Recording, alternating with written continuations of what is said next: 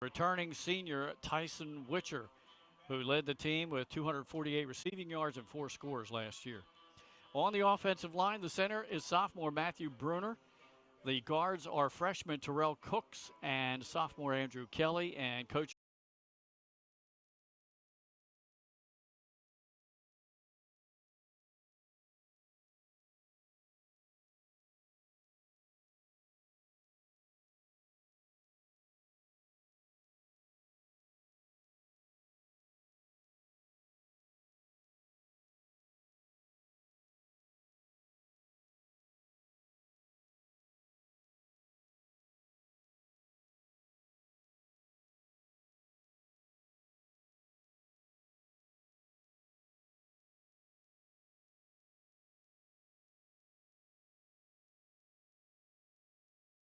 safety Nathan Everett, who had 2 of those interceptions last year and got in on 33 tackles. The corners, Zion Spencer Roberts, who had 26 tackles last year. He's a junior. Raheem Spencer Jr. is a junior. He's another corner. And then Chris Benson, a cornerback as well. All 3 are a junior class. Linebackers, Jamarian Ramsey, a senior. Listen to the stats for him last year. 93 tackles, 9 for loss, and 5 interceptions at the linebacker position. Great job by Jamarian Ramsey. He's on the outside. The other outside backer is Jordan Jones, a sophomore, and the 2 inside linebackers are Sincere Warren and Landon Badley. Landon Badley, one of the team captains, as a transfer up from Milford High School. Finally, the defensive front for Coach Anderson. On the D ends, it'll be sophomore Kassan Miles and junior Rex Matthews. The tackles, we're going to rotate some people in and out. 1 tackle, though, will be Judah Barber. Kari McCargo and Aaron Heyman will rotate. Starting lineup for the offense of Red Lion. At the center, we already gave you their offensive lineman, but it's Chevy Young in case you joined us late. The guards are Alex King and Aaron Heyman. And the tackles, Mario Castillo and Judah Barber. The wide receivers, Nathan Everett, Raheem Spencer Jr., Sakai Young and Makai Richmond, and we'll also see some of Jamarian Ramsey, Evan Buddinger. The starting quarterback, joined in the backfield by Josiah Murphy and Jordan Jones. The kickers, Tegan Norris. Long snapper is J.R. Montgomery, and the punter is Matt Loverday, a sophomore. Starting defense, finally, for Caravel. Up front, it's Isaac Choka at 1 defensive end and A.J. Brooks at the other. Brooks a junior. Isaac is a senior. And the 2 D tackles are senior Jonas Smith, who had 26 tackles, 12 for loss last year, and sophomore Matthew Bruner. Linebackers, J.D. Devane, who had 14 tackles for loss last year. He's in the middle.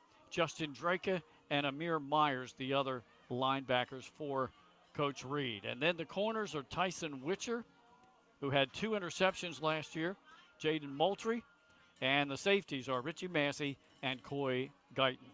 Those are your starting lineups for the game. Caravel's defense, pretty good last year as well. 82 tackles for loss, 39 sacks, and 11 interceptions. So 2 defenses that had stellar seasons last year in Class 2A.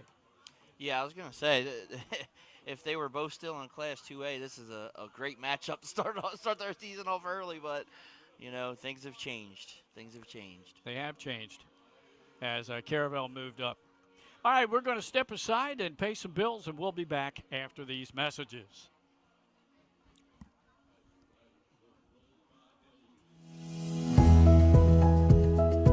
First State Orthopedics has 46 physicians and 22 physician's assistants at 16 locations across the state of Delaware. We provide both surgical and non-surgical treatment for a variety of orthopedic conditions, are specially trained in current state-of-the-art techniques. We serve as team physicians for over 20 high schools, Wilmington University, and many local recreational and competitive leagues. Our doctors are readily available to all local emergency departments, medical aid units, and urgent care centers for consultation and treatment. Give us a call today at 302-731-2888 or visit us online at firststateortho.com.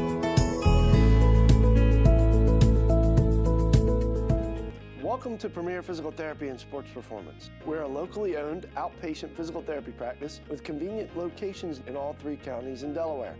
At Premier, we have experienced physical therapists with advanced credentials, but their hospitality, passion, and enthusiasm is what makes the difference for you. Find our convenient locations at premierptsp.com. Welcome to Premier Physical Therapy and Sports Performance. We're a locally owned outpatient physical therapy practice with convenient locations in all 3 counties in Delaware. At Premier, we have experienced physical therapists with advanced credentials, but their hospitality, passion, and enthusiasm is what makes the difference for you. Find our convenient locations at premierptsp.com.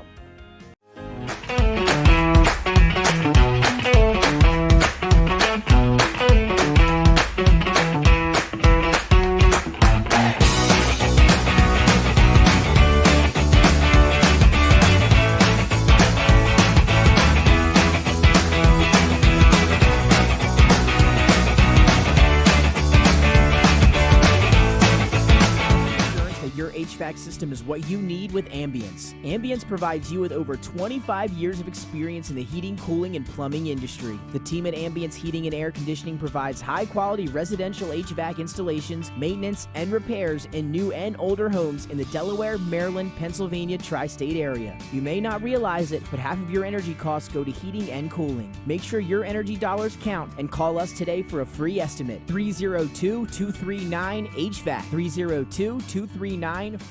Hi, I'm Scott Kammerer from Soto Concepts. Today we're at Blue Coast Seafood Grill and Raw Bar in Rehoboth Beach, Delaware. Come check us out. Located in the Rehoboth Gateway, Blue Coast features indoor and outdoor dining and serves beautiful, simple food that highlights the flavors of Southern Delaware.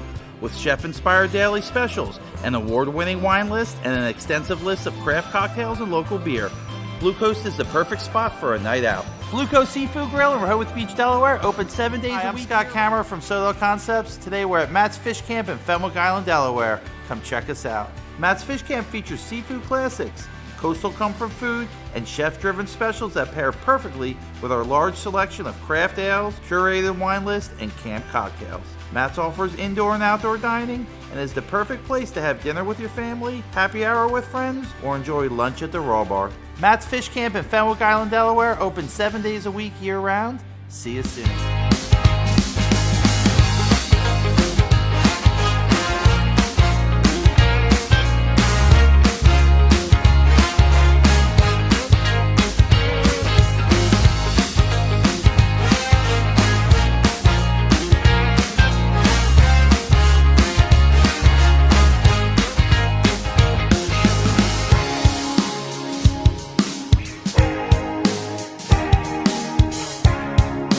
Doctor, making house calls for your sick walls. Richard C. Edwards Jr., the owner of Paint Doctor, started it all in 2002. Paint Doctor prides itself on its personal yet professional approach to working with customers and holds itself to the highest standards with all projects. The Paint Doctor staff follows one main objective when performing our services. Customers and their homes are treated with the utmost respect. Our workmanship and quality of personnel is demanded at every step of the project. We treat your home as we would expect someone to treat ours. Preparation before painting is paramount. Just open the door and we will handle the rest. Paint Doctor also believes in a strong community involvement as well by supporting several local sporting teams, leagues, and schools. Paint Doctor services include interior and exterior painting as well as carpentry. Please visit our website at paintdoctorpainting.com for information or coupons to help with your next job.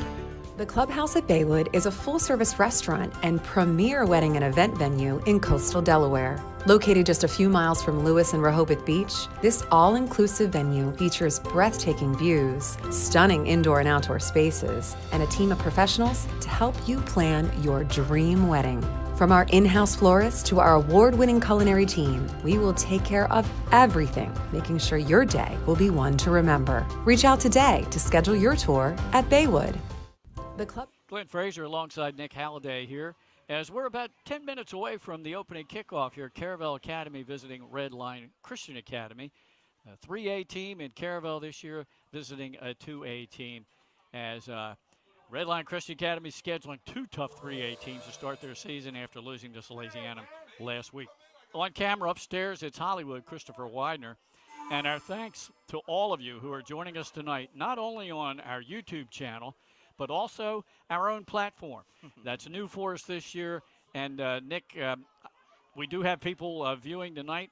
if you want to subscribe, you want to tell them how to go about doing that. Yeah, just go to the new website. We put the links out on all social medias, or visit 302sports.com. Click on Watch Live, and subscribe. It's free. We're just going to be moving our stuff over to our place so we can have more views on our website and help out with stuff like that. But it's looking looking pretty good as of right now. With our first time going on there, we wanted to have the backup, obviously, tonight with YouTube. Right. Not all of us felt as Comfortable. comfortable. Yeah, right. But yeah, I think it's going to be awesome, and it's a way for us to give back to more. And there's going to be a lot more stuff coming with that as we talk about it and move forward. Ticket giveaways, gift card giveaways, things we're going to be doing for everybody who has subscribed and will subscribe. Sounds great, really does. And you heard and watched some of our fine sponsors during the break there. I want to give a shout out to Jen at Premier Physical Therapy. My wife, I'm not going to mention the name. Those of you that are viewing know. Yeah, Some no. of you know. But she had a terrible back issue about a month ago. She could hardly walk, Nick. It was that bad. Oh. And unbeknownst to me, she was calling around to make an appointment at a physical therapy because that's what her doctor said for her to do. Okay. Well, I got home and I said, hey, we've got a couple of really nice PT companies that work with us on 302 Sports. I said, why don't you she said, I called Premier, and they couldn't see me for a week. I said, you can barely walk. Well, let me make a call. Jen took care of me, and she got her in with the help of their staff the very next day. And I don't know whether she can do that for everybody, but she did it for me, and I want to give a shout-out to her and her staff. They are fantastic. Premier Physical Therapy is top-notch, folks. If you need physical therapy, that's the place to go. Yeah, they're a very good sponsor. We've been with them for a few years. Started with Tom Riley and guys like that. Now Jen is clearly one of the head people down there, and they're at a lot of schools. They do a lot for the community, and they do a lot for us. And I always appreciate having them and our company being associated with them. For those of you who joined us a little late on our YouTube channel, you didn't get to hear me talk about a couple of new sponsors that we have this year that we want to mention again for the folks that are on our own platform as well as the YouTube viewers. Helen's Sausage House is one. They're new this year. They've been serving breakfast foods to Delawareans since opening in Smyrna in 1983, and now they have a new location in Smyrna on Main Street. If you want to see what they have and what their hours are, go to helenssausage.com. You got to have a couple of S's in there. HELENSSAUSAGE.com. And we welcome them to 302 Sports live streams this year. And I know many people in Delaware have already tasted their sausages over the years. Oh, yeah. They are lined up in Smyrna when I go past in the morning. And also our Pigskin Picks weekly show, which we put up on YouTube, Benny Mitchell and his son Trey Mitchell, and then they have a guest picker every week. I happened to be the guest picker yesterday for this weekend's games. And that is sponsored by Compete Event Management. They run wrestling tournaments throughout the state. They have an apparel line, too, that can be personalized for your tournament. If you're not looking to actually run an event, but you want to have good competition, Compete Events is where you want to be. They are well-run and organized. Now, their next event's coming up later this month, September 21st, at St. George's Votech, just north of Middletown, and it's called Primal Showdown. Welcome to 302 Sports, Compete Event Management. Our officiating crew down on the field, they're doing their pregame warm-ups, and a longtime friend of Nick and I's, Tommy Newbauer, up in the press box with us tonight. He's the clock operator.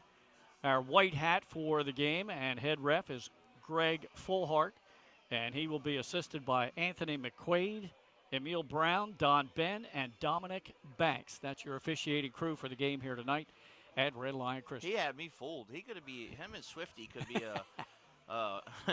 somebody could be one of their stunt doubles. You know?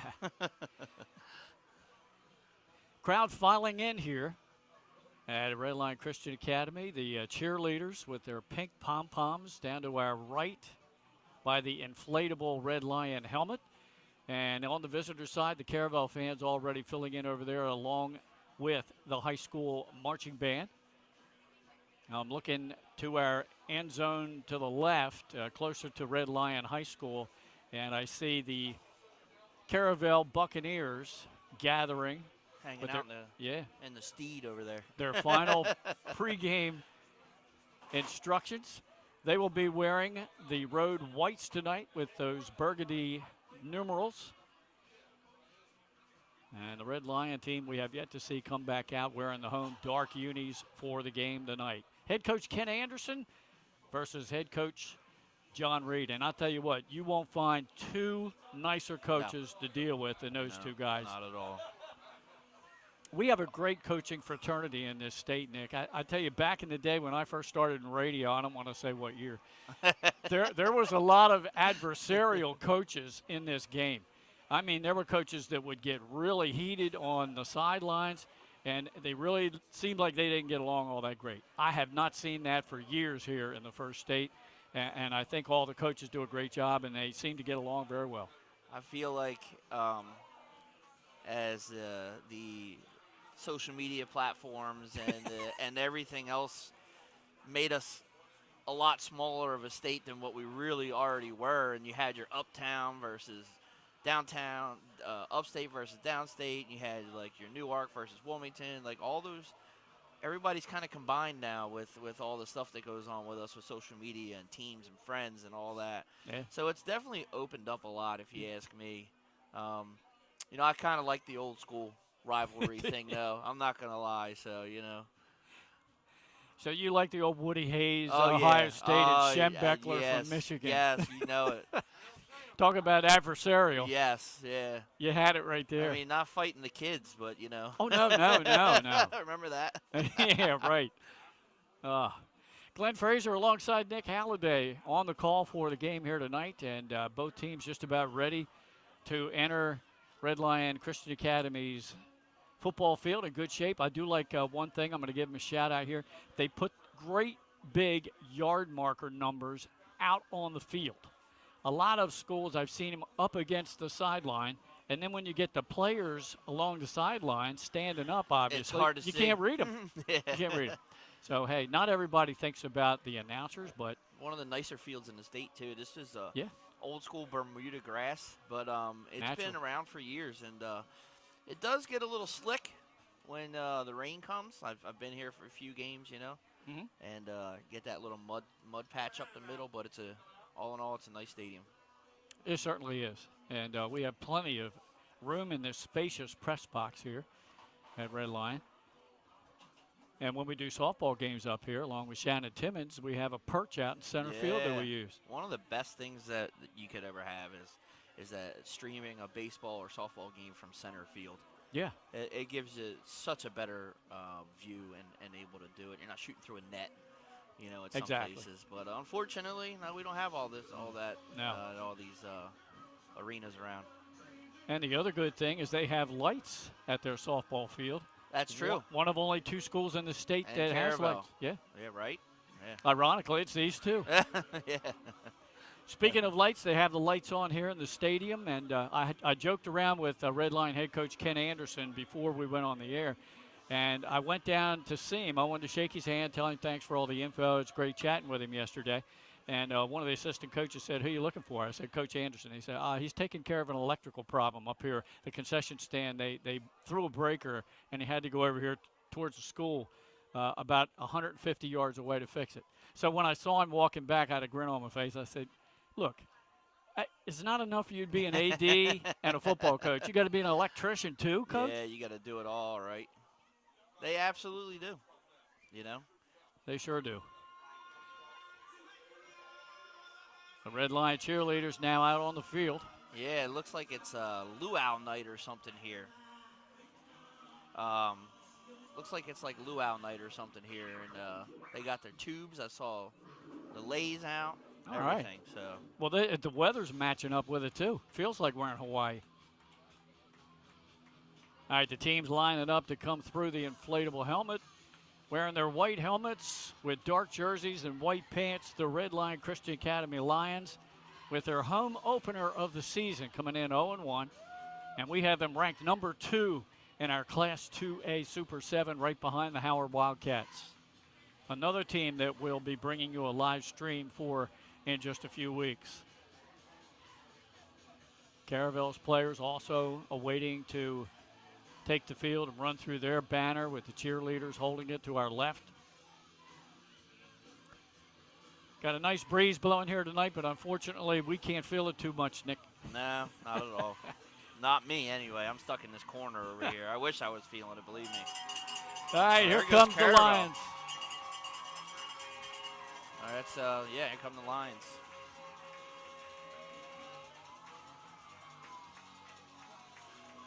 Head coach Ken Anderson and his staff looking to be a little more competitive with this Class 3 opponent in Caravel tonight than they were with Salesianum. For Salesianum, one of the top 2 teams in the state year in and year out, and they certainly are again this year. And it's going to be really interesting starting next week to see how Caravel stacks up in 3A.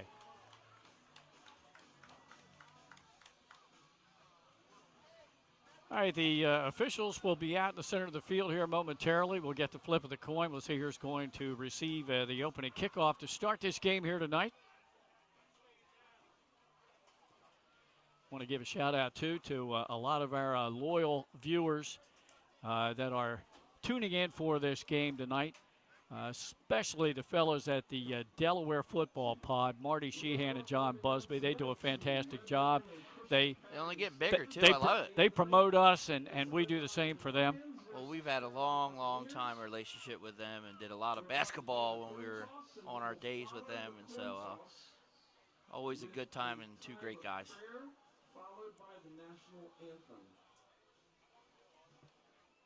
All right, just getting ready once again, to bring the captains out to the center of the field for Caravel. I see at least 5 or 6 players that look like they're going to come out, along with quarterback Matt Rice, J.D. Devane, Jonas Smith, Isaac Choka, 2-way player there.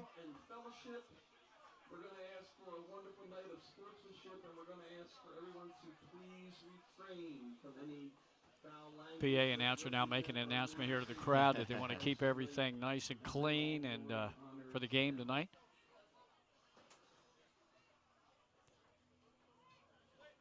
If you look down in the end zone, I think there's a sign here, a banner that says family and loyalty. Hey. Well, we are at a Catholic school, Red Lion Christian. Well, Christians. The 4 captains coming out on the field to represent Red Lion are Evan Buttinger, also Chevy Young, a 2-way player. Also, you see going out there number 5, that's Judah Barber. And finally, number 11. Judah Barber does not look like an offensive lineman out there. He does not, does he? Landon Badley's number 11 out there, Nick. Look at that guy. Yeah, he was a running back last year and gained almost 1,000 yards. You see number 11 out there with his back to us. He's a transfer from Milford. From Milford, huh? As Red Lion, of course, lost a couple of kids to Middletown. Jack Wilson last year, the linebacker. One of the best defenders in the state. Yeah. And they also lost is Makai Corbin. Corbin, that's right. And he's Hero. down with Middletown. So these kids move around. So all the captains are out there. Referee talking to them now about good sportsmanship. And then we'll have the flip of the coin. We'll see who's going to receive the opening kickoff. Once again, the lights are on, and now ready to go. The days are getting shorter, daylight, so it's dusk here. Yeah, it's 7:30. Yeah. We used to that 8:20. And the white hat, our head referee, Greg Fullhart, there flips the coin in the air. Call was made. And it looks like they're talking to Red Lion first, or Red Lion must have won the toss. They're going to decline. Yep, they defer to the second half, so Caravel will receive the opening kickoff. They'll get their offense out on the field first. See their offense first. Oh, no. Greg Fullhart pointed to Red Lion and I said think they he's- deferred. I think they're fixing that now. Okay. Yeah, he was saying Red Lion was going to receive. Yeah, he did.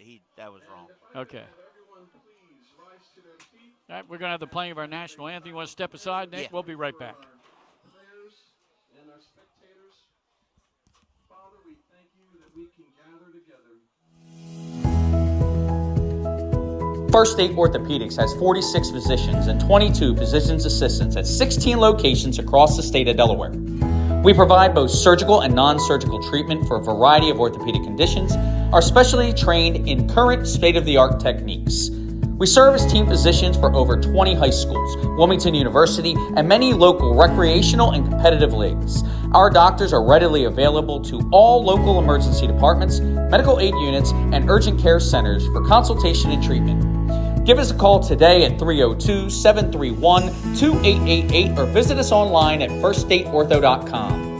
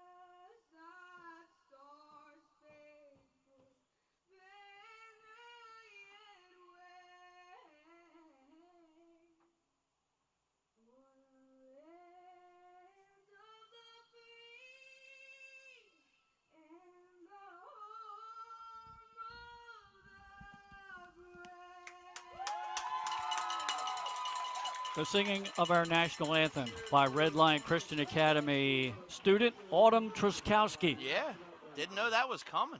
Fantastic job by her. Also had a little prayer beforehand. And now the two teams will take the field, and we will get this game underway. The season opener for head coach John Reed and the Caravel Buccaneers. Once again, riding a 26-game winning streak. And 38-1 over the last 3 years in Class 2A. I'm excited. My first game of the year, too. It is. Season opener for Nick. Yeah, it is.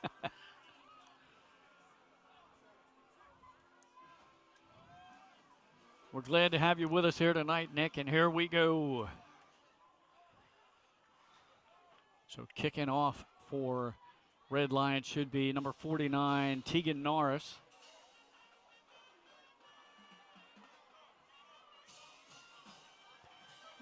He's out there, gives the ball to the official, and then he'll set his tee down, and we'll get set for this opening kickoff. Back deep for Caravel.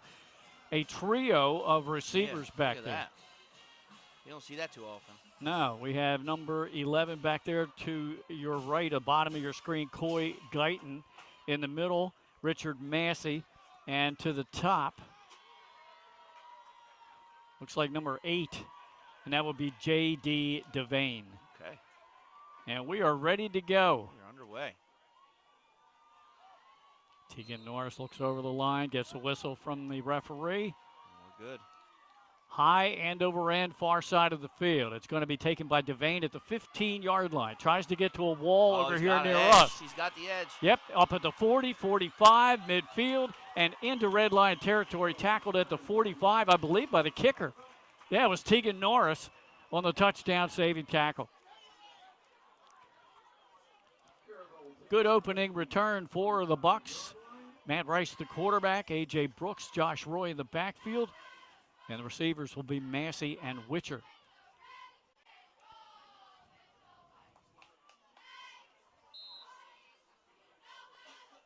Rice goes over everything with his line. And let's see what Caravel does here on opening play. I'd be surprised if they don't run the ball. One wide out. Roy in the backfield, right? Yep. I formation as they usually go with. Roy gets it, slashes off left side, wrapped up as he gained a couple of yards. He's hit right away. Looked like right in there was number 54, Kassan Miles. And who else? You said 50? 50 was there too, yeah. Okay, that's Kari McCargo. Yeah, he was right in there. Gain of only 3, second down and 7.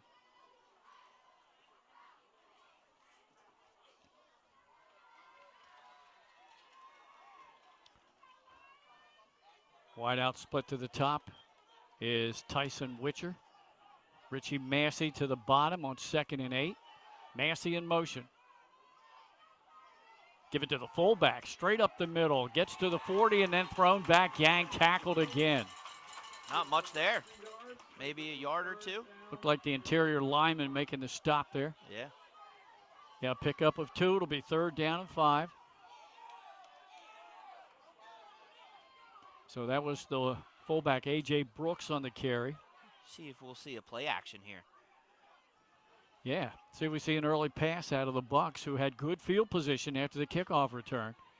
Ball just outside the Lions' 40-yard line, 3rd and 5. And then you got to wonder, is this 4-down territory? Rice is in the gun. Gives it to Roy. Roy slashes off the left. And he's hit by a backer down near the 25-yard line. A big gain and a 1st down.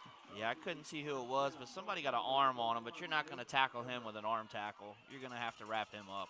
Good block on the left side, too. That came from Terrell Cooks, the freshman guard, and Isaac Choka. Fresh set of downs for the Buccaneers. On the move here after J.D. Devane's opening kickoff return. And they're going to stay in the gun.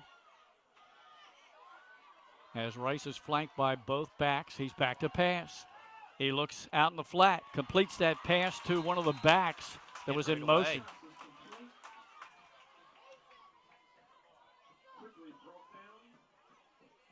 Trying to pick up a number. I think that might have been Witcher. And indeed it was. Complete to Tyson Witcher. Pickup of about 4 yards. So far, Red Lions defense getting to the ball, Nick. Yeah, not bad. They gave up the one big long run to Roy right there before that play, but you're right. Doing a pretty good job so far. 2nd down. Now they're going to move the ball back. It's going to be 2nd down at 7. Rice will stay in the gun, flanked by Roy. Takes it, 2-step drop, throws it into the end zone, but over the head of the intended receiver, Tyson Witcher.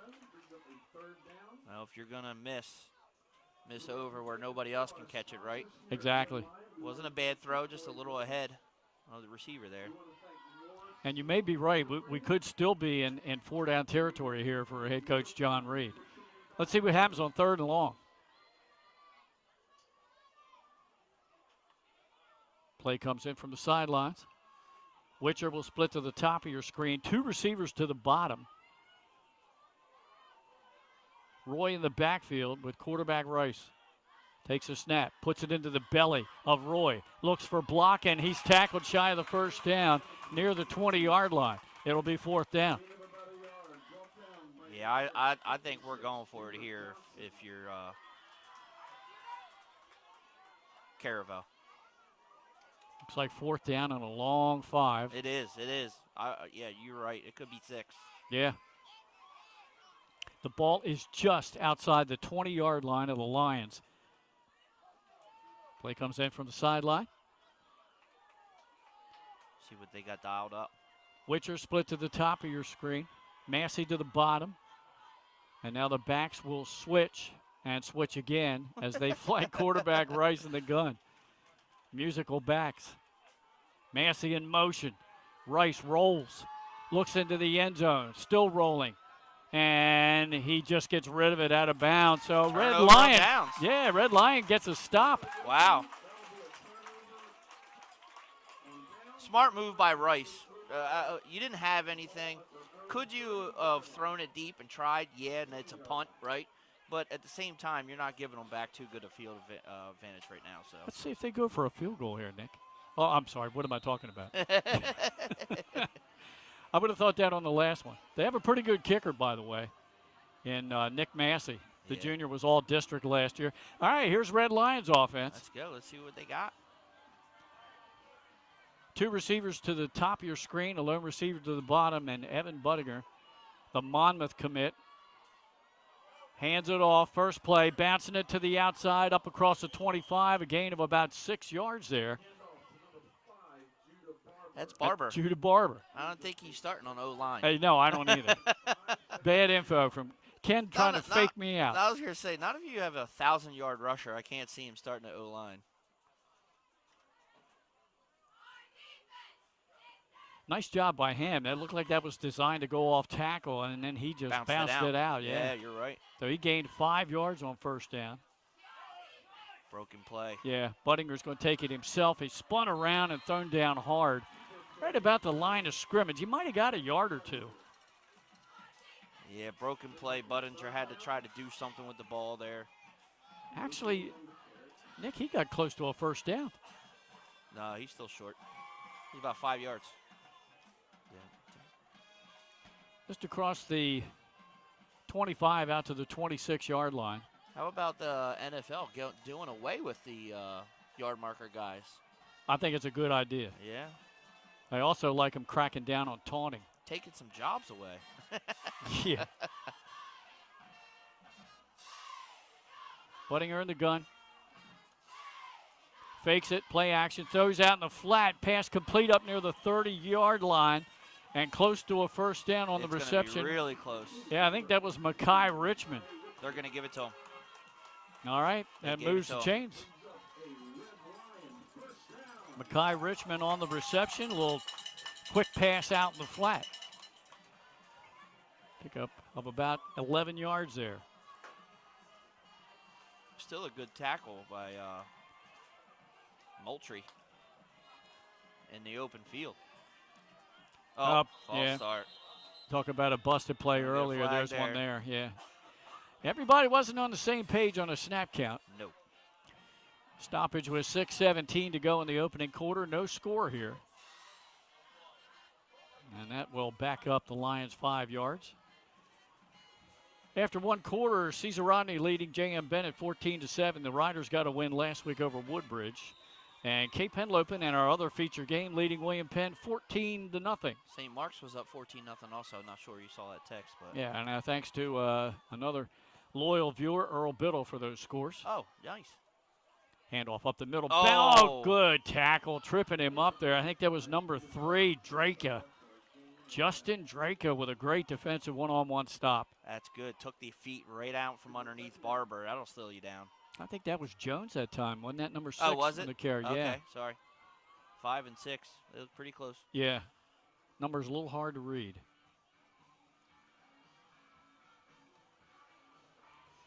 So after all that, 2nd down and 15. Buttinger in the gun. Handoff going to left side this time. Minimal gain. Nothing doing there. That's one of our players to watch. Big number 52. We talked about him in the beginning. Yep. That's Isaac Choka, they call him. Chuck Wara is his last name, but they call him Choka.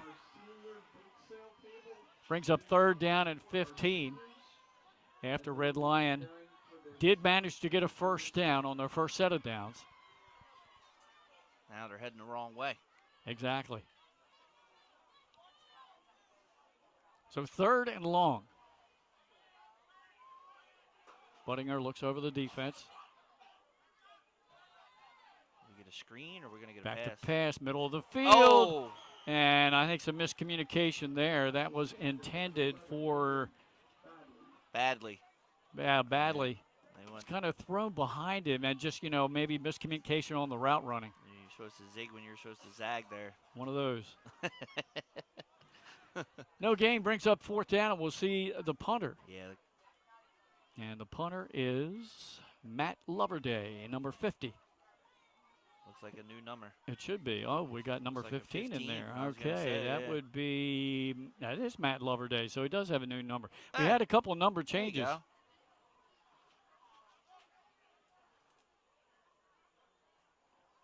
Back deep, standing at his 30-yard line, is number 5 for Caravel. That's Richie Massey. We got a whistle.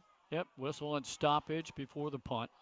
What happened here? Looks like the sideline judge on the near side here. Was somebody in the neutral timeout? zone? Oh, we had a timeout. Okay. Was it a timeout? Not sure. No, Nope.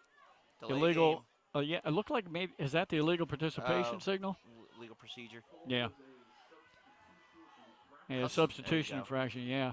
So another 5-yard penalty. And after Red Lion got a first down on the first couple plays of the series, they're going the other direction. And once again, Caravel, following this punt, should come away with good field position. So Loverday standing inside his 10 to boot this one away. Massey standing back near his 35.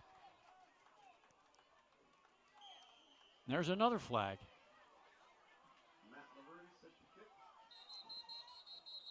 We saw the flag and did not hear a whistle, so they went ahead with the play. And Loverday throws his hands up like, now what? Sideline warning. Sideline warning, okay.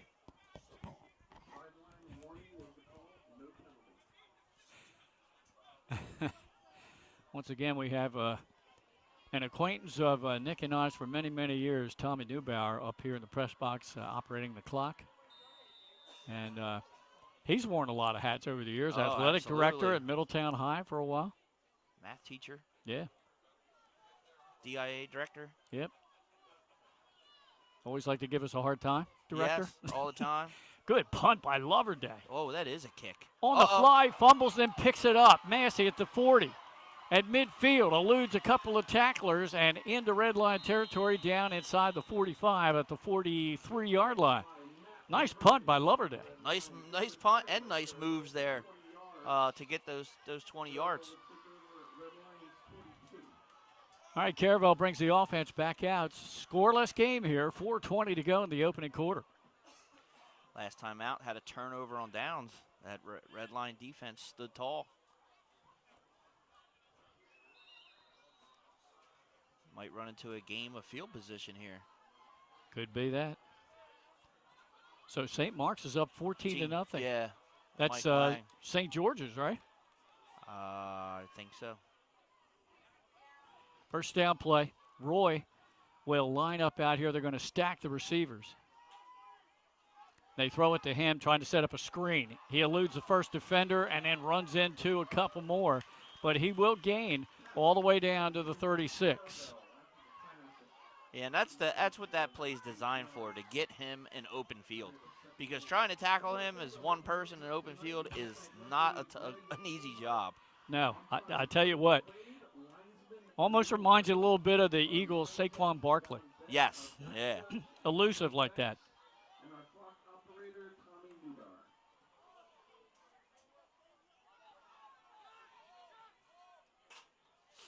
Yeah, it is St. George's at St. Mark. So head coach Bill DiNardo has those Spartans off to an early lead. Once again, they stack the receivers. This time, handoff right up the middle. Fullback covered that ball up, got to the 35, and they're going to say the ground caused the fumble. He was down. Yep, play was dead, so He he is only short, gained a though. yard. Yeah, he is short.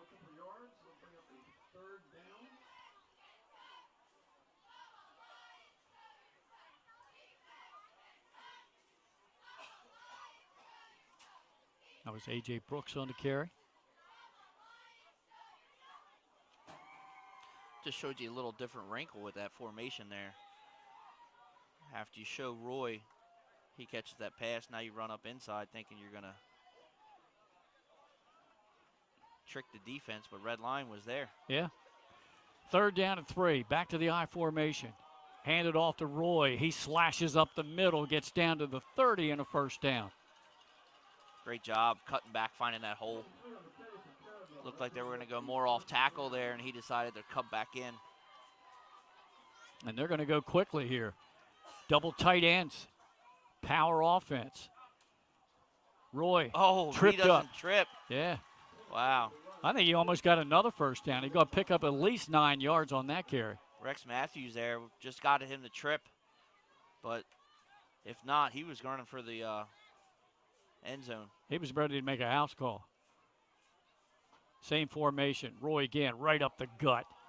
He bursts through the interior line. He's down close inside the 15 to about the 14-yard line, and another first down.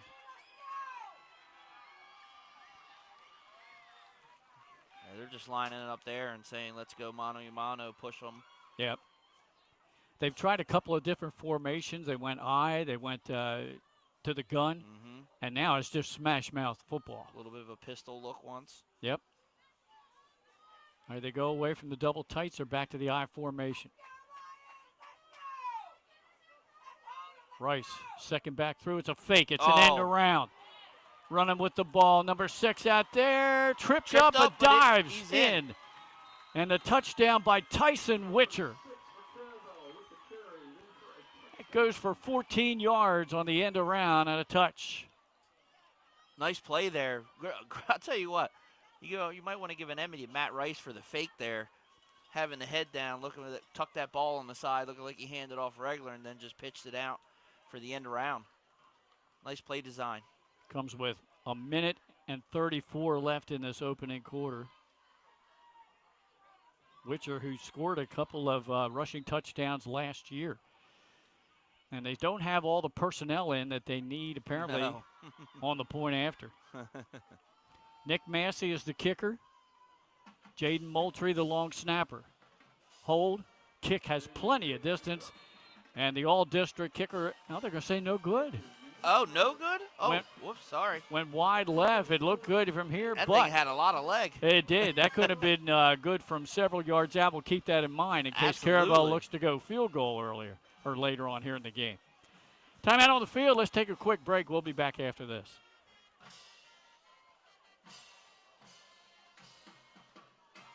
To Premier Physical Therapy and Sports Performance. We're a locally owned outpatient physical therapy practice with convenient locations in all 3 counties in Delaware.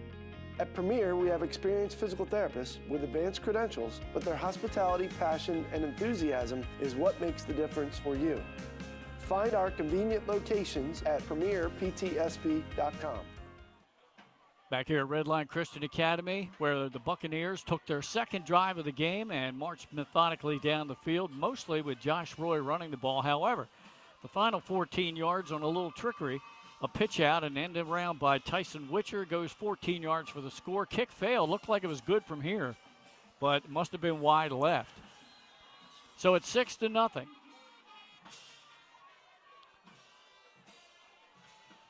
Massey's kickoff. Oh, he boots this one high and deep. How about out of the back of the end zone? Oh, my God. Now he had enough leg. We can see that. You know why he was all district. Touchback, so Red Lion will start from their own 20-yard line. That's a boot, man. Yeah. Second possession of the game with 1:34 to go in the quarter for the Lions. See if they make any adjustments here on their second drive, Nick. Yeah. Well, they got themselves in trouble. And, it was 3rd and 15, 3rd and long is tough. Yeah. And then it had a miscommunication on it, but we'll see what they can get started here. And when you're playing up a class against a team the caliber of Caravel and last week of Salesianum, you've got to really limit the mistakes. Correct. Yep. And play as clean as game as you can. Yes, you do. All right, let's see what they do here in drive number 2. Buttinger in the gun. Hands it off. Trying to get the edge out here. Nice ankle tackle made. Only a 1-yard pickup, but I think on the stop, that was that linebacker, Justin Drake again.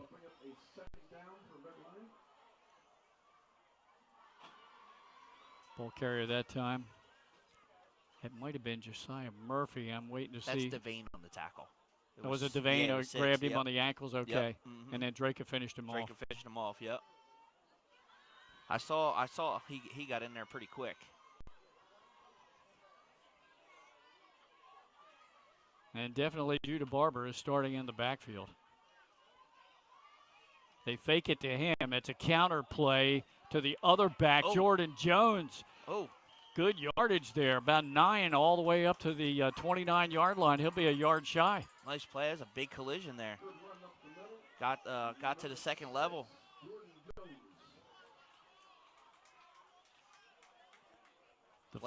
Go ahead. The first carry of that drive was actually Judah Barber. That was a nice little. Yeah, Judah Barber was the first carry. Yeah, but nice little misdirection there. Yeah, a little counter action. So now 3rd down and short.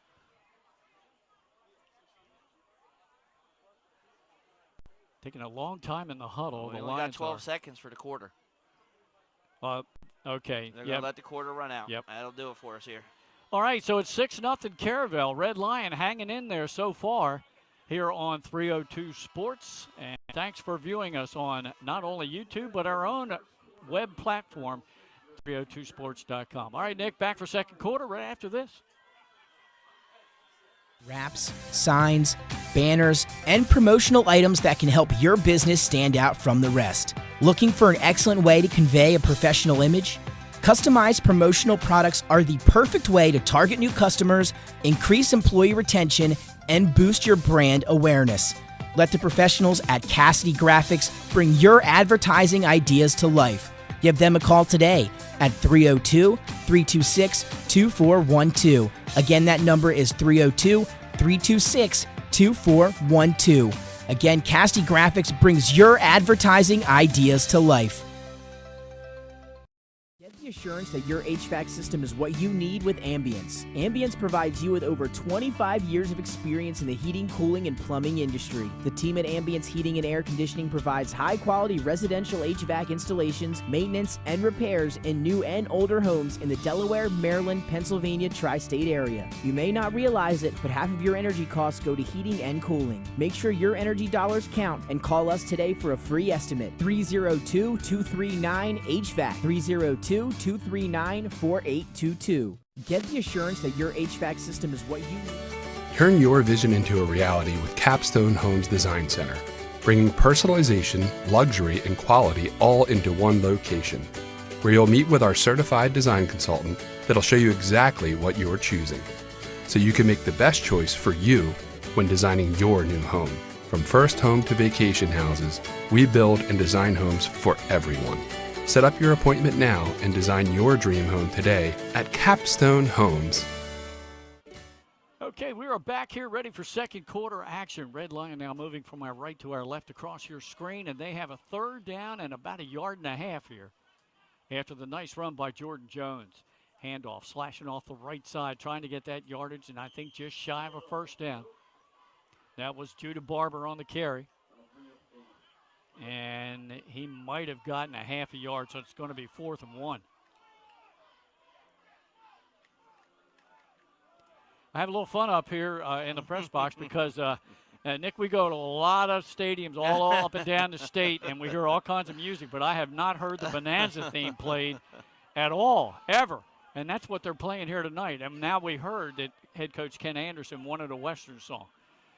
So, coming out on horseback, the Cartwrights, Ben, Adam, Hoss, and Little Joe. Riding right across your screen. St. Mark's kicked a field goal. They're now up 17-0 over St. George's in the first half of that one. Well, they're going to go for it on 4th and short. Fake it to the first back. Give it to the second back. Got the 1st down yardage. Good blocking up front. Second 1st down of the half.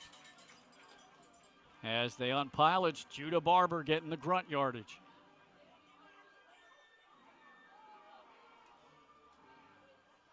Just underway here in the second quarter with Caravel on top 6-0. Glenn Fraser alongside Nick Halliday. Last we heard, our other live stream game tonight downstate, it was Cape Henlopen out to a 14-0 lead over William Penn, trying to go 2-0. Chip Knapp, new head coach at Cape. Fake it to the first back. They go counter again, and a good play again. 10, 11, 12 yards and a 1st. Carried a pile of defenders there with him. That's Jones again on the counter. all the way out across the 45-yard line. A fresh set of downs for the Lions. And I'm seeing one thing here early in this game, Nick, that I didn't think I'd see. The Lions effectively running the football at the middle on Caravel. Yeah, I didn't think that we would see that either. I thought it would be Buttinger lighting it up through the airwaves. Play directly in front of us right now. Maybe they're getting a little confidence in their O-line. They give it to Barber, follows blocking on the right side, and he dives forward up near midfield. Pickup of about 4. It'll be 2nd and 6.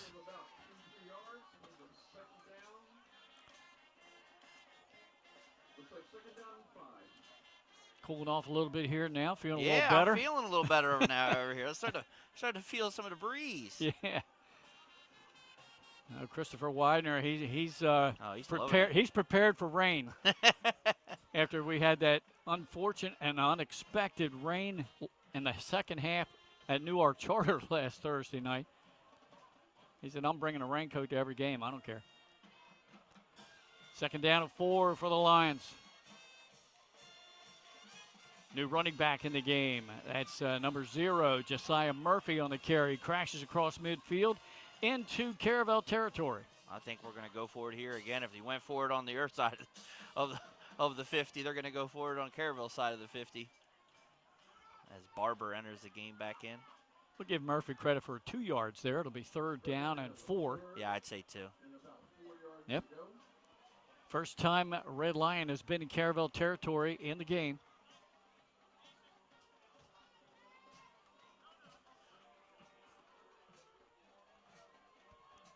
All right, they break from the huddle. 3rd down play up and coming. Wide out split to the top of your screen. Buttinger with some last-minute instructions to his running backs. 10-second runoff right now. Oh, Caravel jumped. Faked it to the first back, gives it to Barber. He's trying to get the edge. He gets inside of a block, breaks a tackle, spins, and goes down at the 40. Ain't no way I put that boy on the line. No. We've got an injured player down for Caravel, and that's Looks one like thing. Joshua Roy. Yeah, I didn't think he got in there and played too much defense for Coach Reed, but he came up and made that tackle. Yeah, he's favoring that left shoulder right now.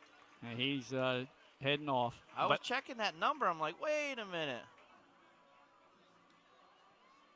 We may not see him on defense again now. You might not, because that's one thing Caravel can ill afford. There's too many injuries to starters. They're not deep. Yeah.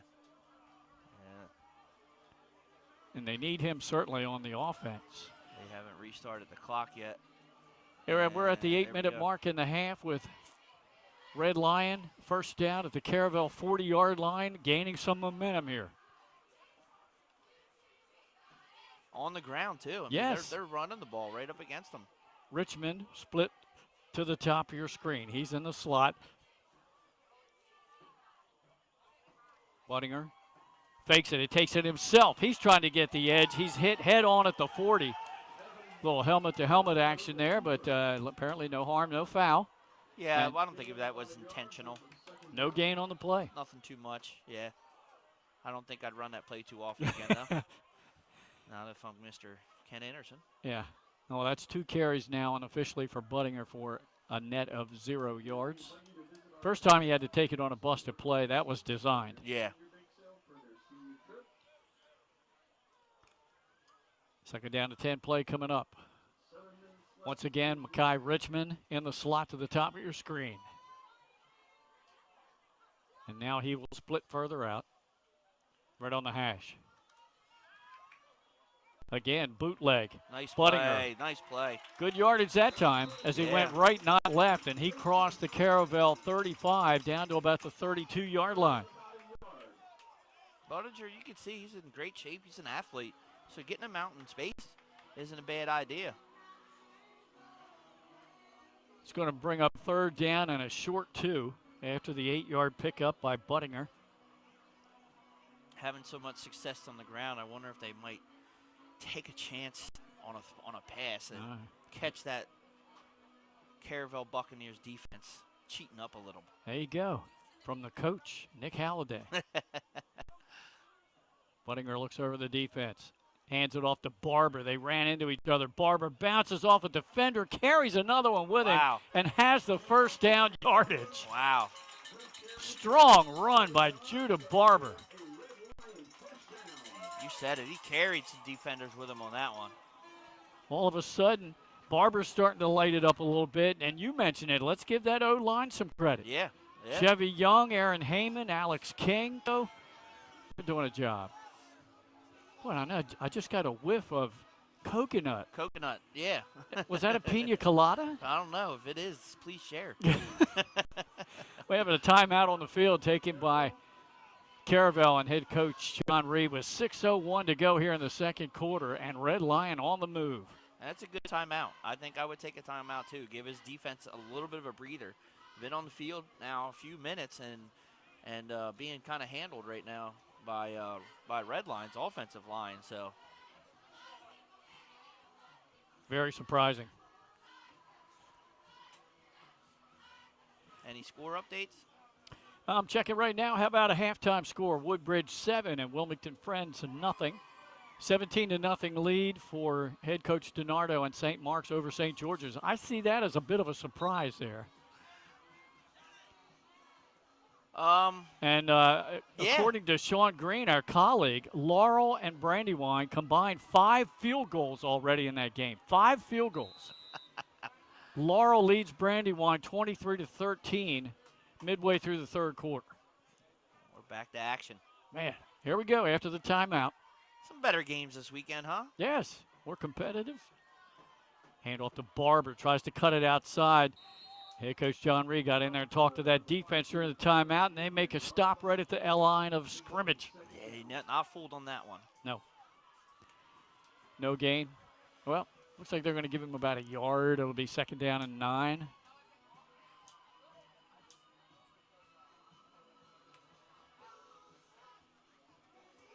Now we're getting a little bit of Journey. Don't stop believing over the PA system. I can listen to that all day. Me too. Steve Perry has a voice. Yeah. Clock running inside of 5:25 to go in the half. Red Lion trying to tie it up. They fake it to Barber, throwing the flat, and the pass is dropped. Intended for Mackay Richmond. Defender was right there on him. That's why I said you got to think about that, right? You're setting them up. I think that was the safety, Richie Massey, on the defend. Stops the clock at 5:17. It'll be 3rd down and 9. And you get closer to that red zone, and the defense tightens up a little bit. Absolutely. After that timeout, so far they've been pretty on it. So at halftime, there will be a performance by the Caravel Academy band. So we hope you all stick around for that. PA announcer here just announced to the fans that Caravel's marching band will perform at halftime.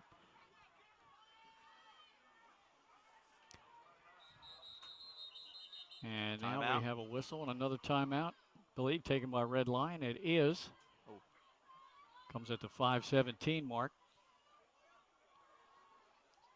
See if we have any other updates. I thought that Laurel Brandywine game would be a tight game anyway. Yeah, I did too. Over the past few years, both teams have been, playing pretty solid. They're at the end of the third quarter now, and Laurel leads Brandywine by 10, 23-13. Oh, and it's a correction from our colleague, Sean Green. 5 field goals, all by Brandywine? No. Total game. Oh. 3 touchdowns and 5 field goals. So we were right the first time. There you go, yeah.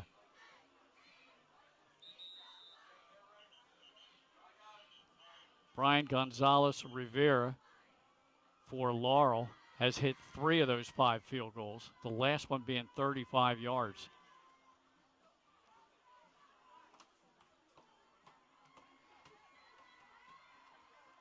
So that's what we got going around.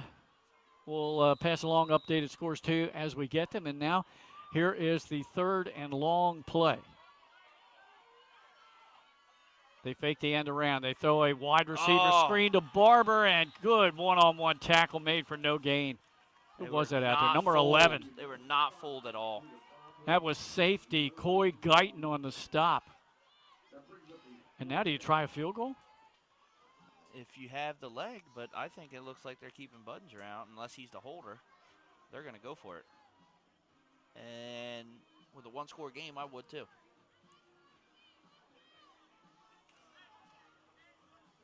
Loss of a yard on the pass reception, so 4th down and 10. And they're staying out. Yep. Outside the 25. Budinger drops back to pass. Has time. Throws it sideline. Almost picked off by a diving defender back there. It was number 10 for Caravel. Not listed in our starting lineup. No. But that is Amir Myers, a senior. Yep, senior linebacker. Yeah, Amir Myers, yep. Almost getting the pick. So Turnover now, on downs. yep.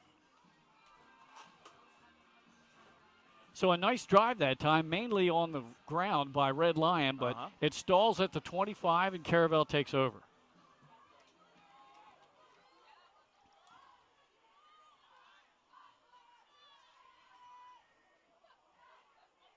Under center, Matt Rice. Quick hitter up the middle, breaking tackles all the way up to the 35-yard line, close to a first down. See where it's marked. I think he's got it. I think that was Josh Roy, so he's right back in the game, and that's good to see. Short. Just short. Okay. Got another update now. They're at the half at Caesar Rodney, and the Riders lead James M. Bennett out of Salisbury 28-7. Riders trying to go 2-0. Didn't know what to think about that game. I didn't know much about Bennett. So I don't either. looks like we get a red line player down. Yeah, and we've got an injury timeout on the field. Stops the clock with just under 4 minutes to go here in this first half, and a good tight battle so far, Nick. Yeah, it has been. Both teams have had their opportunities. Right now, Caravel's defense has just made one more stop than Redline has. Got some other scores for you. Looks like also at the half, Cape 14, William Penn nothing, and the Salesianum Sal's are tied with LaSalle College High School, 14-all at Abyssinia.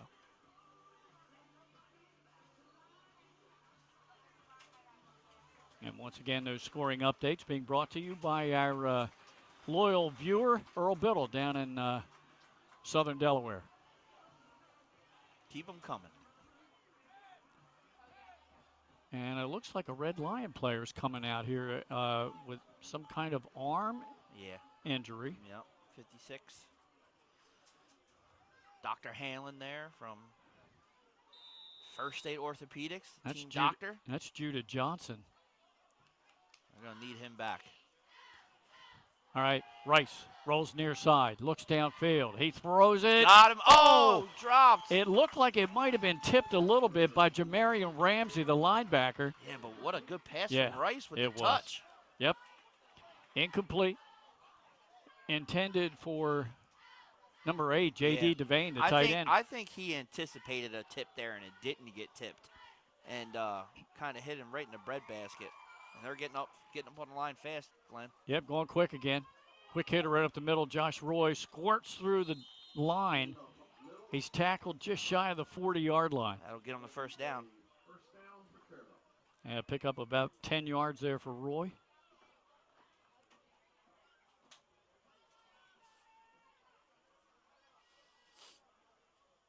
Unofficially, I have Roy already for 65 yards rushing in the ball game.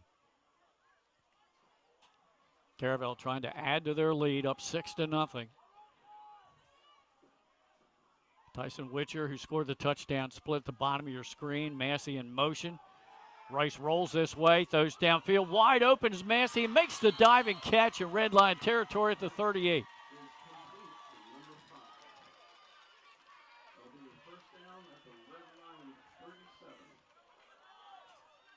Nice catch. That was. And a nice throw. Rice also a baseball player. So that's right. We know he can throw.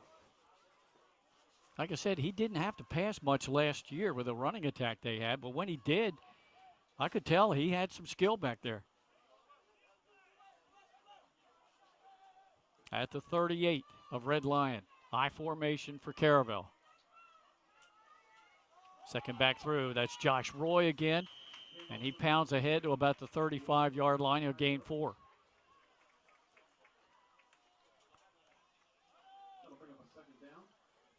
Clock winding down. Yeah. Red Lions defense trying to hold on here.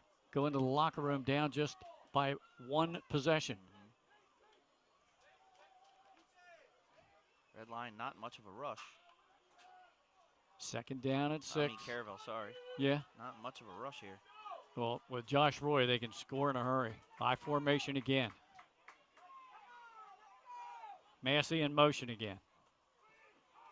They feed it to the fullback this time, number 21, A.J. Brooks, and he's down close to the 30. It's about 1.5 yards, maybe call it 2 yards short. 3rd and 2, they say. So another 4-yard pickup, that time the fullback, Brooks. 3rd and short, they go quick. Double tight ends. Rice to Roy. Nowhere. Spun around at the He line. might have got it on the spin. No, I think he's still short. Good one-on-one stop there. I think that was number 7. Yes, it was. You're correct. Rex Matthews on the stop. Defensive end on that side, right side. Spun him around, and he's just shy. So it's 4th and less than a yard. We're getting close to time running out here. Yeah. And they're going even further back into the huddle. Running more clock off. 70 seconds to go in the half. Race keeper here. Got him. They jumped, anticipating the hard snap count, and that will give the first down to Caravel with just over a minute left in the half.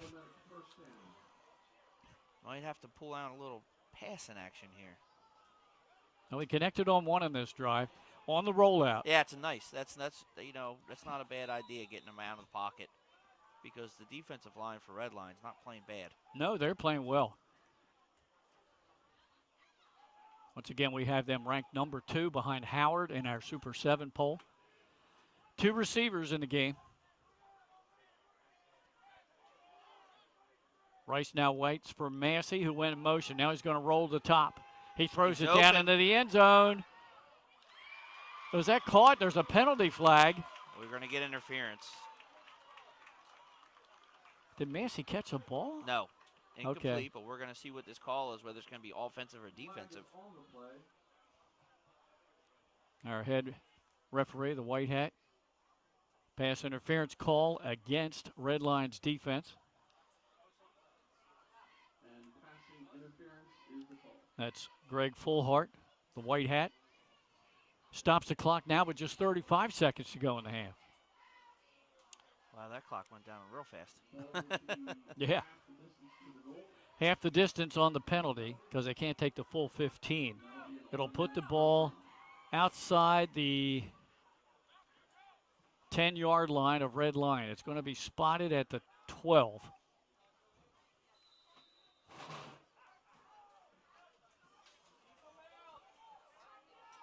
As the Buccaneers break from the huddle, two receivers to the bottom of your screen, 1 to the top. Rice is back, pressure's coming. He's flushed out of the pocket. He's going to run to the far side of the field, and he finally goes down. I think he ran 15 yards a gain, too. Yeah. He's got some moves. He does. He was elusive. Rice's first carry of the game will gain 2. Timeout for head coach Reed. And Caravel stops the clock, just under 25 seconds to go in the half. They have 2nd down and 8 coming up from the 10.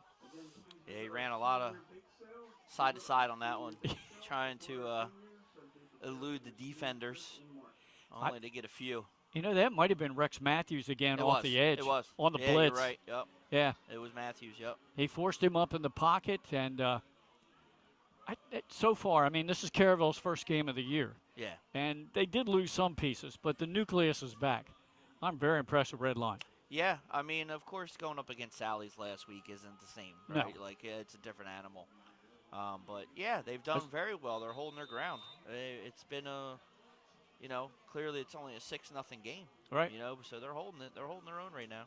Offensively, they gained some yardage, surprisingly, on the ground. Yeah, on the ground, yeah. Yeah. All right, here we go. Coming out of the timeout. 2nd down and 8 from the 10. We're going to straight T backfield. Receivers both sides of the field. Massey in motion to the bottom of your screen. Rice rolls that way. He's looking. He's looking. He's looking. He's going to run with it, and he goes out of bounds inside the 10. No, right at the 10. There will be no gain. It'll bring up a 3rd down. 17 seconds left in the half. Now we're down to, Barely anything. You're right. yeah, about 18 seconds. Yeah. That took 10 seconds off the clock. And now it's 3rd and 8. Checking into the huddle is Coy Guyton for Caravel. I'm sure he's going to line up as a wideout here. Rice gives the play to the rest of his offensive teammates. See if they go to the air again or maybe do a delay handoff. Witcher, who scored a touchdown, is at the top of your screen. Massey and Guyton to the bottom. Do they go with that same play? No, they give it to Roy up the middle, and he's gang tackled. Matthews again. Again, yeah. He's right on it. And they got to call a timeout. Timeout right away. That'll be their final That's one. it. And it's 4th. Yeah. Kick the field goal, you have the kicker. You do. Take the 3. You do. You shouldn't never leave points on the field. I mean, we saw Nick Massey on the extra point attempt. Yeah. Oh, he kicked it on the kickoff and out of the end zone. Yeah. Right. All right, so Roy that time, we're going to give him 2 yards. He advanced it to the 6, but it's 4th down. And let's see if they bring the field goal unit in. It would make it a 2-possession lead. Going into the locker room at the half.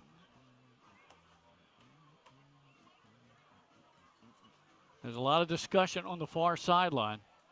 I can tell you that this isn't Western. No, it's not. No. We've switched it up a bit here in the PA system. It looks like a field goal attempt coming up.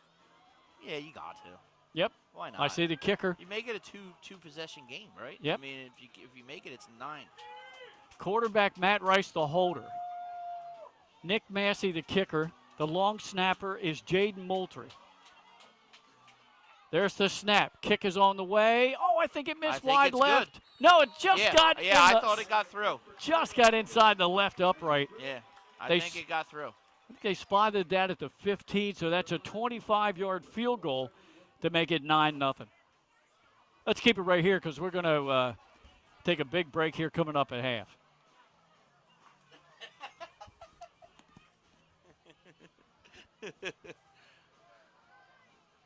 First field goal of any game that we've had this year. I have 3 seconds on the clock. Do you? Yeah, I have 3 seconds, but Tommy didn't run any clock. Yeah. Give him a hard time over there. Give it to him As back. I looked over there, he said, I'm not worried about running fast on the kicker.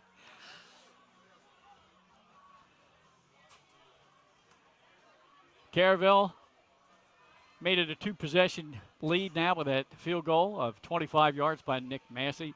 9-0. Have 2 return men back deep for Red Lion. Last time kicked it out. Oh, yeah. See if he gives them. I would kick this in play because I would want them to run the clock. Run the clock. Massey. He does. He Hits does. a squib That's kick good. down the middle of the field. You start the clock. Picked up at the 25, 35, down at the 39, and that'll stop the clock with just over 6 seconds to go in the half. I'm going to just leave ours off. 6 seconds on the. Yeah. You're either going for a Hail Mary or kneeling. Right. I just heard somebody, a fan in the stands, yell, "Flea flicker." Well, hey. The old Statue of Liberty.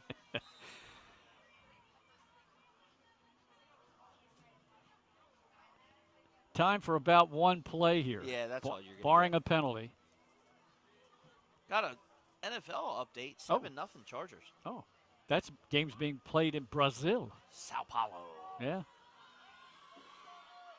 All right, here we go. Let's see what happens. 2 Looks like we're receivers going to for a both Hail sides Mary. of the field. Budinger takes a snap, drops back. Pressure comes, he steps up in the pocket. He throws it downfield, completes the pass at the 35, 30, and down at the 23, wow. And that will bring us to the half. Hey, you know what? You got to take a shot. They're going to end the half on a 36-yard pass play and a connection from Budinger to Mackay Richmond. 9-0 at the half in favor of Caravel. Wow. Hey, we'll be back with some unofficial stats and scores after this. Barkley Heating and Air. Barclays can work on all brands specializing in air conditioners, gas, oil, and heat pumps. Family owned and operated with over 17 years of experience. Licensed, insured, and a multiple-year First Aid Favorites winner. Barkley Heating and Air offers 24-hour emergency service with service plans available. Customer satisfaction guaranteed. Call 302-653-5971 for a free estimate today. John and Ginger Barkley are looking forward to serving the community. Find them on the web at barkleyheatingandair.com. 85. Hi, I'm Scott Kammerer from Solo Concepts. Today we're at Lupo Italian Kitchen in downtown Rehoboth Beach. Come check us out. Located inside the Hotel Rehoboth, Lupo serves coastal Italian cuisine with fresh pasta made in-house daily. Lupo features plenty of unique craft cocktails and an extensive award-winning all-Italian wine list. Popular dishes include lobster bucatini, veal meatballs, grilled swordfish, and eggplant parmesan. Lupo Italian Kitchen on Rehoboth Avenue, serving happy hour daily and dinner 7 days a week. See you soon. Hi, I'm Scott Kammerer from Solo Concepts. Today we're at Blue Coast Seafood Grill and Raw Bar in Rehoboth Beach, Delaware. Come check us out. Located in the Rehoboth Gateway, Blue Coast features indoor and outdoor dining and serves beautiful, simple food that highlights the flavors of Southern Delaware. With chef-inspired daily specials, an award-winning wine list, and an extensive list of craft cocktails and local beer, Blue Coast is the perfect spot for a night out. Blue Coast Seafood Grill in Rehoboth Beach, Delaware, open 7 days a week year-round for lunch and dinner. See you soon. Red line rushing 61.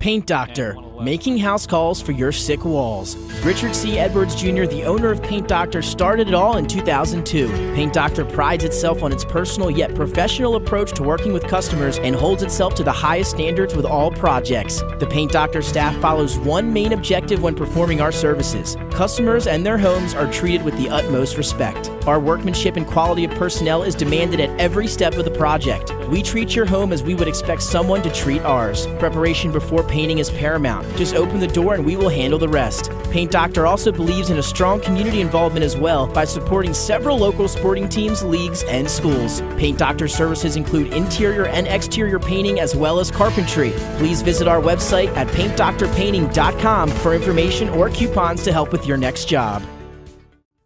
Hi, I'm Scott Kammerer from Solo Concepts. Today we're at Fish On in the Villages of 5 Points. Come check us out. Fish On is committed to serving beautiful, simple coastal cuisine in a cool atmosphere with a happening bar, spacious dining room, and outside patio. Popular dishes include the seafood stew and fresh oysters from the Raw Bar. Fish On's recently renovated event room and is the perfect spot for your next event.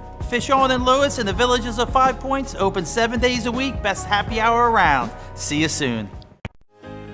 Welcome to Premier Physical Therapy and Sports Performance. We're a locally owned outpatient physical therapy practice with convenient locations in all 3 counties in Delaware. At Premier, we have experienced physical therapists with advanced credentials, but their hospitality, passion, and enthusiasm is what makes the difference for you. Find our convenient locations at premierptsp.com. The Clubhouse at Baywood is a full-service restaurant and premier wedding and event venue in coastal Delaware. Located just a few miles from Lewis and Rehoboth Beach, this all-inclusive venue features breathtaking views, stunning indoor and outdoor spaces, and a team of professionals to help you plan your dream wedding. From our in-house florist to our award-winning culinary team, we will take care of everything, making sure your day will be one to remember. Reach out today to schedule your tour at Baywood. Turn your vision into a reality with Capstone Homes Design Center, bringing personalization, luxury, and quality all into one location, where you'll meet with our certified design consultant that'll show you exactly what you're choosing, so you can make the best choice for you when designing your new home. From first home to vacation houses, we build and design homes for everyone. Set up your appointment now and design your dream home today at Capstone Homes. From Fenwick Island to Middletown, Surf Bagel is your go-to spot for fresh baked bagels and good vibes. We're open daily from 6:30 a.m. to 2 p.m., serving up breakfast and lunch favorites like our specialty wraps, made-to-order salads, tasty smoothies, and locally roasted coffee. Be sure to check out our iconic merch, the perfect way to wear the beach life wherever you go. Dine in and enjoy the beach atmosphere, or grab your order to go and hit the road. We're stoked to serve you soon. Hi, I'm Scott Kammerer, president of Sodell Concepts, the best restaurant group in the state, and we're inviting you to come join our team. Sodell Concepts is a growing hospitality company with 16 restaurants and a variety of other hospitality businesses, all located in beautiful southern Delaware. We have recently added many departments to our executive leadership team, including a training department, a property development department, and a construction department. We invite you to come live at the beach and work with a growing restaurant group with many opportunities to advance your career. Sodell Concepts Restaurant Group, come check us out.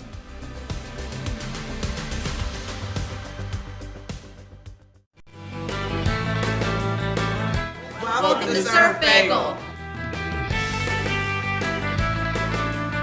Surf Bagel has served the community in Delaware for over 20 years, providing fresh, hot bagels, breakfast sandwiches, lunch sandwiches, wraps, salads, local coffee and smoothies, and our iconic merch. Welcome to Surf Bagel. We're stoked to serve you. Welcome to Surf Bagel.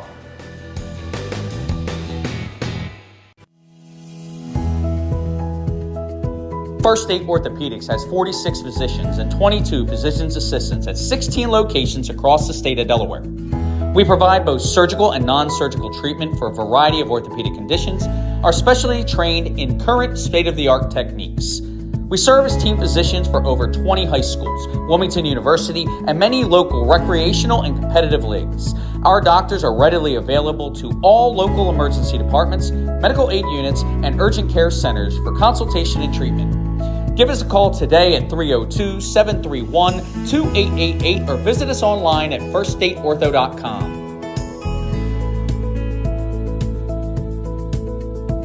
Get the assurance that your HVAC system is what you need with Ambience. Ambience provides you with over 25 years of experience in the heating, cooling, and plumbing industry. The team at Ambience Heating and Air Conditioning provides high-quality residential HVAC installations, maintenance, and repairs in new and older homes in the Delaware, Maryland, Pennsylvania tri-state area. You may not realize it, but half of your energy costs go to heating and cooling. Make sure your energy dollars count and call us today for a free estimate. 302-239-HVAC. 302-239-4822. Hi, I'm Scott Kammerer from Sodell Concepts. Today we're at Matt's Fish Camp in Fenwick Island, Delaware. Come check us out. Matt's Fish Camp features seafood classics, coastal comfort food, and chef-driven specials that pair perfectly with our large selection of craft ales, curated wine list, and camp cocktails. Matt's offers indoor and outdoor dining and is the perfect place to have dinner with your family, happy hour with friends, or enjoy lunch at the Raw Bar. Matt's Fish Camp in Fenwick Island, Delaware, open 7 days a week year-round. See you soon. Barkley Heating and Air. Barclays can work on all brands specializing in air conditioners, gas, oil, and heat pumps. Family owned and operated with over 17 years of experience. Licensed, insured, and a multiple-year First State Favorites winner. Barkley Heating and Air offers 24-hour emergency service with service plans available. Customer satisfaction guaranteed. Call 302-653-5971 for a free estimate today. John and Ginger Barkley are looking forward to serving the community. Find them on the web at barkleyheatingandair.com. Barkley Heating and Air. Back here at halftime at Redline Christian Academy, where Caravel has a 9-0 lead as Nick Massey kicks a 25-yard field goal right before the end of half to give the Buccaneers that two-possession advantage. But we talked about it in the first half, Nick, and really surprising effort out of Redline Christian Academy here that they are hanging tough with Caravel. Yeah, absolutely. We've seen some lopsided games over the past few years when they were in the same division. And right now, it's probably one of the toughest games I've seen Red Line play in a few years. After playing a tough Sally's team, they didn't lay down in this one, and they seemed to come back and gotten stronger from it. All right, we're going to give you some score updates that we have for you, and then we have some unofficial stats. The scores, our other live stream tonight, downstate with Benny Mitchell. Cape Henlopen shutting out William Penn 28-0 in that one. Laurel is defeating Brandywine 23-13 in the fourth quarter of that one. And we understand from our colleague Sean Green, 5 combined field goals have been kicked in that game, 3 by Laurel, 2 by Brandywine in the Battle of the Bone. Cesar Rodney leads J.M. Bennett 28-7 at the half. Also at the half, Salesianum tied with LaSalle College High 14-all. St. Mark's leads St. George's 17-6, so the Seahawks are on the board now. And Apo has a 14-6 lead over Dover in the second quarter. Those are the scores we have. Let's take a look at our unofficial stats for the first half. As pretty even stats, 124 total yards unofficially for Caravel, 92 of that on the ground, and then 111 yards unofficially for Red Lions, 61 on the ground, 50 in the air, and they got 38 of that on that last pass play to end the half. Our scoring in the first quarter, late in the quarter, 1:34 to go. It was the pitch out to the wideout Witcher, who scored from 14 yards out. The kick failed. It was wide left, made it 6-0. And then with just 12 seconds to go in the half,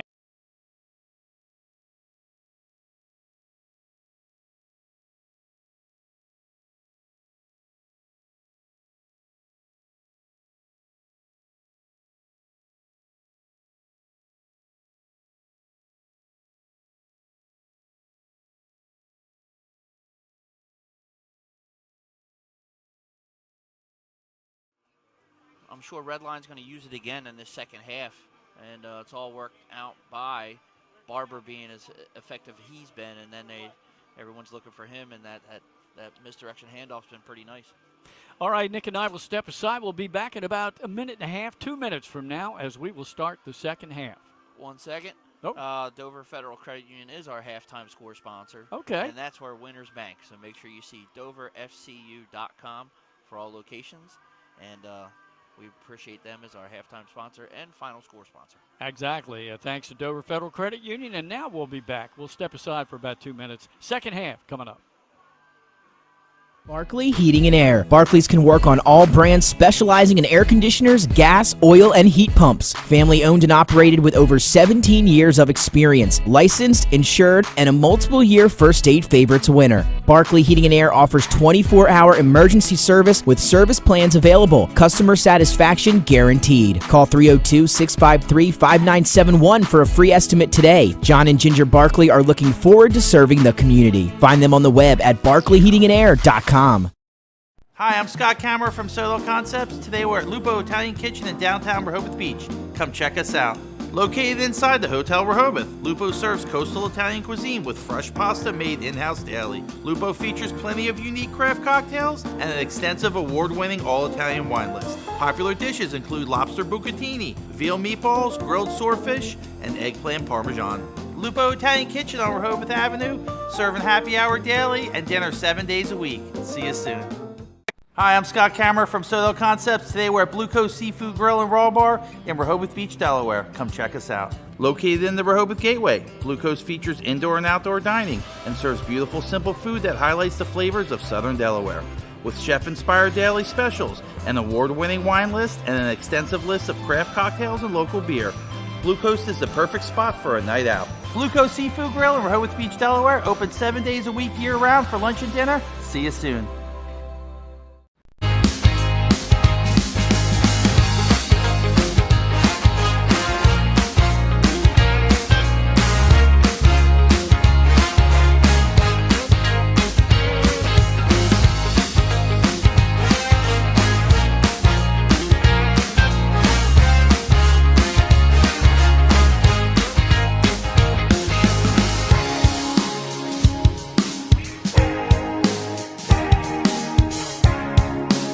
Paint Doctor, making house calls for your sick walls. Richard C. Edwards Jr., the owner of Paint Doctor, started it all in 2002. Paint Doctor prides itself on its personal yet professional approach to working with customers and holds itself to the highest standards with all projects. The Paint Doctor staff follows one main objective when performing our services. Customers and their homes are treated with the utmost respect. Our workmanship and quality of personnel is demanded at every step of the project. We treat your home as we would expect someone to treat ours. Preparation before painting is paramount. Just open the door and we will handle the rest. Paint Doctor also believes in a strong community involvement as well by supporting several local sporting teams, leagues, and schools. Paint Doctor services include interior and exterior painting as well as carpentry. Please visit our website at paintdoctorpainting.com for information or coupons to help with your next job. Hi, I'm Scott Kammerer from Soto Concepts. Today we're at Fish On in the Villages of 5 Points. Come check us out. Fish On is committed to serving beautiful, simple coastal cuisine in a cool atmosphere with a happening bar, spacious dining room, and outside patio. Popular dishes include the seafood stew and fresh oysters from the raw bar. Fish On's recently renovated event room and is the perfect spot for your next event. Fish On in Lewis in the Villages of 5 Points, open 7 days a week, best happy hour around. See you soon. Welcome to Premier Physical Therapy and Sports Performance. We're a locally owned outpatient physical therapy practice with convenient locations in all 3 counties in Delaware. At Premier, we have experienced physical therapists with advanced credentials, but their hospitality, passion, and enthusiasm is what makes the difference for you. Find our convenient locations at premierptsp.com. The clubhouse at Well, Baywood. we're back here. Glenn Fraser alongside Nick Halliday. About a minute and a half to go before we start the second half of this tightly contested ball game here tonight at Red Lion Christian Academy. 9-0 Caravel on top. We do have an update for you. We gave you some scores during the last break. St. George's is coming back now on St. Mark's. They've scored a couple of touchdowns. It's now 17-14 at the half. So St. Mark's still up by a field goal in that game. We gave you the rest of the scores. Once again, the scoreboard was 17-14, huh? Yeah. Make it interesting St. over George's the graveyard. clawing back in the ball game. A lot of stuff going on in the graveyard, huh? And we want to thank, once again, Dover Federal Credit Union for sponsoring our scoreboard updates. Also, a couple of new sponsors to us this year. We want to thank Helen's Sausage House. They've been serving a wide variety of breakfast foods, especially those delicious sausage sandwiches, to Delaware residents since first opening its doors in 1983 in Smyrna. And now they have a location in Newark on Main Street. You can visit helenssausage.com for store hours and their menu. And we really want to thank Helen's Sausage for joining 302 Sports this year on our live streams. And then another new sponsor, our Pigskin Pick segment, which is recorded during the week, where Benny and Trey Mitchell do picks with a guest announcer. And that just happened to be me this week, so you can go onto YouTube and check that out. And that is sponsored this year by Compete Event Management. They run wrestling tournaments throughout the state. They have an apparel line that can be personalized for your tournament. If you don't really want to run an event, you want to see competition, Compete Events are where you want to be. They're well run and organized. And their next event comes up the 21st of this month at St. George's Votech. It's the Primal Showdown. So thanks again to Compete Event Management for joining 302 Sports this season. All right, Nick, we're ready to go. Kickoff second half. Ready. Red Lion will receive the opening kickoff and move from our right to our left across your screen.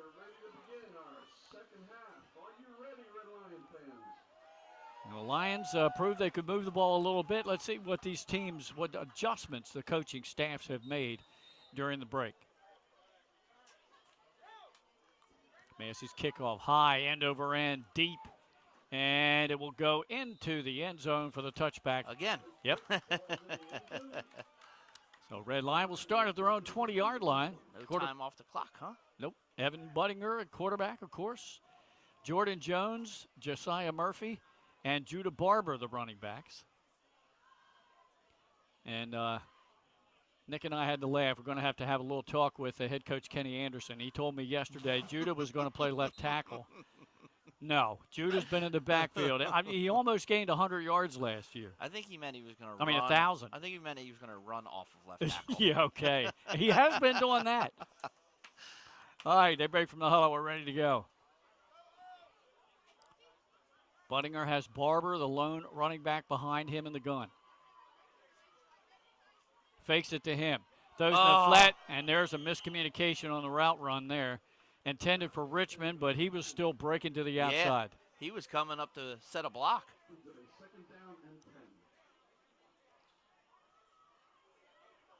Pass falls incomplete. 2nd down and 10 coming up. Yeah, it looked like a little out route that time. And again, Richmond hadn't made his break yet. The ball was already at his feet.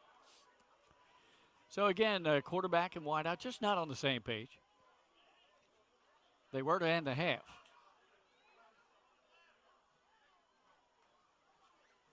Oh, there's a busted play. Buttinger has to take it himself. He crosses the 20 out to about the 23 before he's tackled there. And that's a couple we've seen. Yeah.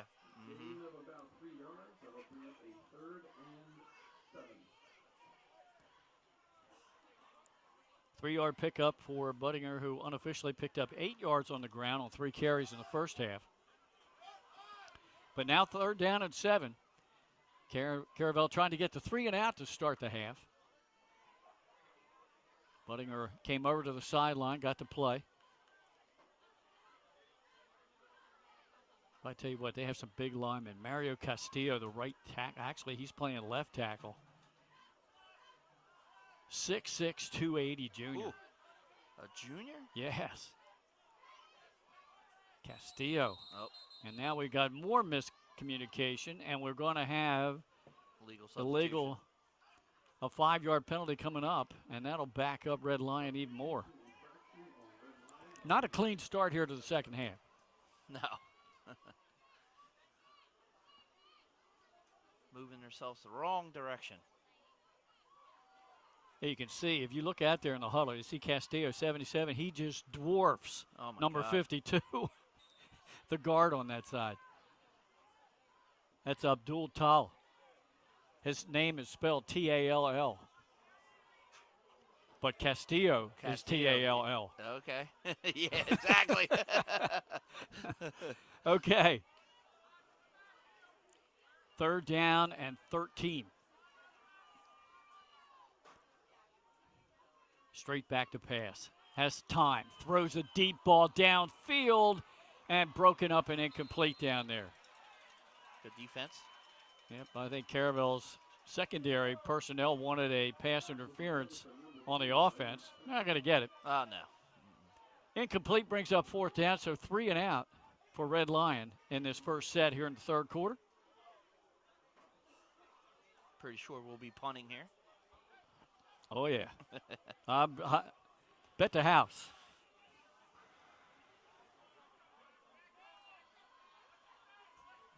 Back deep should be Massey for Caravel, and it is.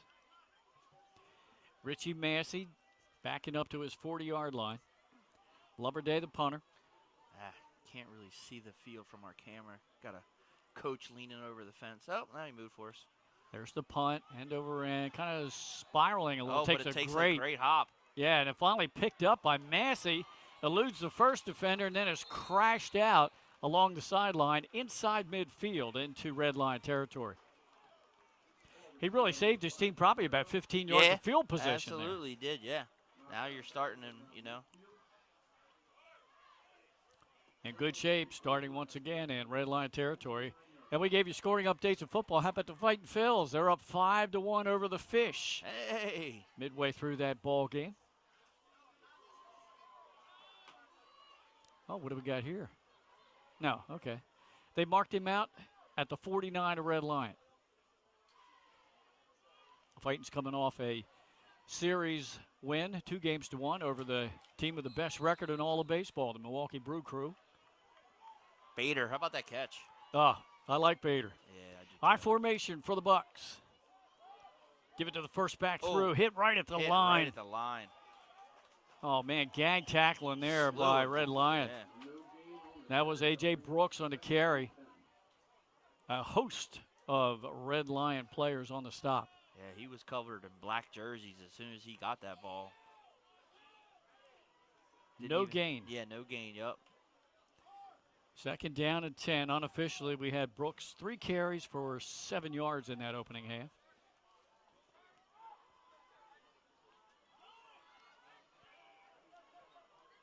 Second down and 10. Once again, I formation, wide out top of your screen.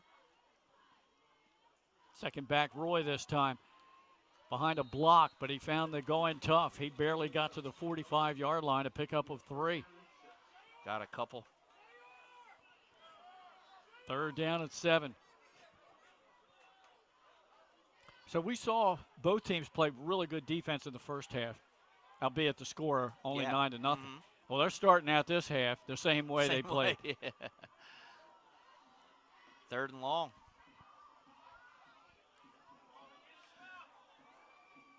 I formation. Tyson Witcher split to the bottom of your screen. Rice under center. Drops back, rolls to this side. Looks into the flat, throws downfield, looking for Witcher. He's got him. Goes down and makes the catch, eludes a tackler, breaks another, and he's going to score. 46-yard touchdown pass, and Witcher has both touchdowns tonight for Caravel. Again, it's hard to see there. We got a couple of people up on the top of the press box. We got a speaker, some stuff on there. So, but nice catch, spin move out of the would-be tackler and on his way in for the touchdown. Didn't take Caravel long to get right back on the board here in the third quarter, as Witcher has scored both touchdowns, one on the ground, and that one he went down and took that ball right off the turf. Yeah, and there was a diving defender for Redline right there, and great concentration. Rice, the holder, kick is going to miss wide left. Yep. And that's the second one that he's missed that way. Yeah, Nick Massey. Plenty of leg, just a little bit off. Well, for us at this angle, we can see that. Yeah. Over here, it looks like it crosses the bars, right? You got that right. Even the field goal was close to the left upright. It did. It curled. Yep. Makes the score 15-0. But so still, it's just a 2-possession lead. Still. Yeah. 2 touchdowns, 2 two-point conversions. Red Lion has hope. And they got to get something going offensively in this possession. It had a few mistakes there in that last drive. Had a 5-yard penalty. Had some miscommunication on a pass route between the quarterback and the wideout. So let's see if they can clean that up here in their second possession here in the third quarter. That was a quick score there for score there for Caravel though, and a nice job by Matt Rice rolling out and finding his target. Let's see if Nick Massey takes out his frustration missing the extra point by kicking it out of the end zone again on the kickoff. The Red Lion receivers are back inside the 5-yard line to see if they can get a return here. 9:08 to go in the third quarter. Where will we be next week? Well, it's one of two options, but it's kind of looking like we might be at Caravel again to take on St. George's. I think that should be our game. Kickoff, Massey, high, end over end. This one will not go in the end zone. Running up, taking it at the 10-yard line, 15, 20, 25, 30-yard line, 35, and out to the 38. Great return. On the return that time, I believe was that Sakai? 0. Oh, number 0. Yeah. Josiah Murphy. Good return by Murphy. Let's see if that sparks the offense a little bit. See if that gets them going. You need an answer here right now, though, honestly. I mean, you're down two scores, but you got to get something going, especially after a rough start there in the beginning of the quarter. So Josiah, the 39-yard line, Red Lion. And it looks like Buttinger's going under center. And he is, I formation. Second back through, Judah Barber, cut it up, across the 40, out to about the 42. Going to pick up about 2 or 3.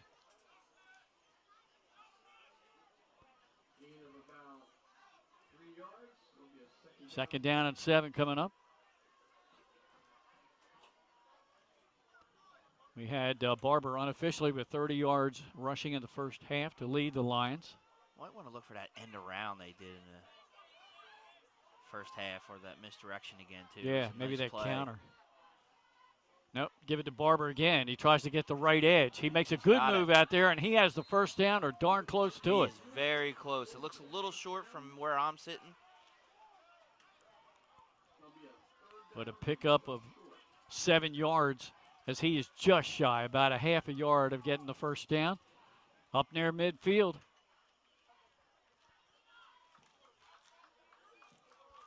I am really, really giving a lot of credit to Red Lions O-line for getting their running backs some Yeah, good they yardage are. in this game tonight. Yeah, the line has done well. And Give not it to there. Jordan Jones, hitting the backfield and dropped. That's tough because that's going to be it's going to move him back about 4 yards. Was that Choka? No, it was 55. 55. That's Jono Smith, the Yeah, senior Smith. D tackle. Yep. He had 12 TFLs last year. Give him one there, and that forces 4th down and 3. Yeah, he lost about 2.5, maybe a full 3 yards there. They were close to a first down. Yeah. See what they draw up. So I guess we call that the reverse jinx. Yep, announcer jinx. Mm-hmm. Just talk about the O-line and Giving them credit. Yeah. No, they deserve it. Yes. Now some miscommunication here on the formation. Double wing set.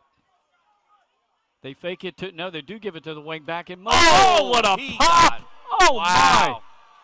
My. And wait, there's a flag. Wait, let's see if they call. The carry was by Raheem Spencer Jr. He gained a couple of yards, but, man, he got hit on the far side. Did. And I wonder if they're going to call targeting or something here. Or even, like you said, taunting. Because I couldn't see me either. Whether he stood over top of him, but we'll see what the call is here. It looks like the hit was made. It was a big hit. By Amir Myers.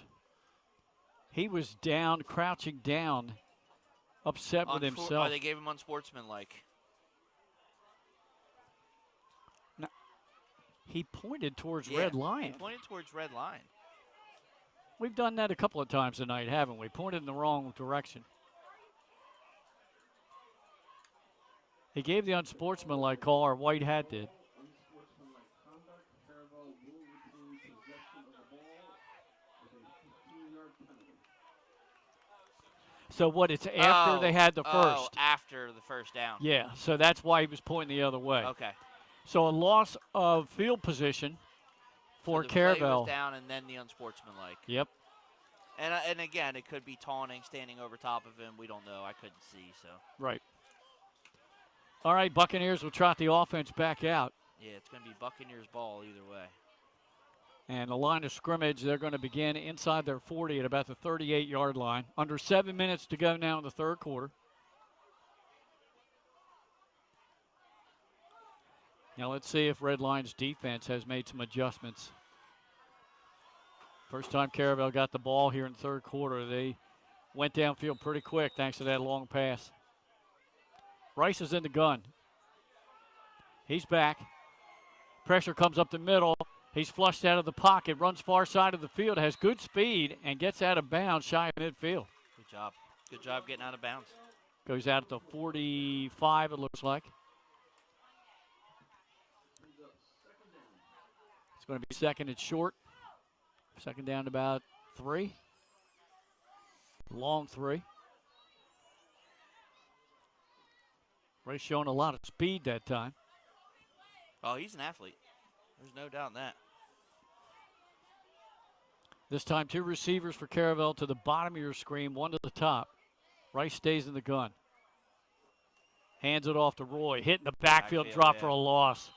2 defenders there, number 11 and number 54. So that's Landon Badley and Kassan Miles. Badley, the junior transfer from Milford High. They had that play read. They knew where they were going with that one. And a loss of 2. That brings up 3rd down and 6. 15-0 Caravel on top.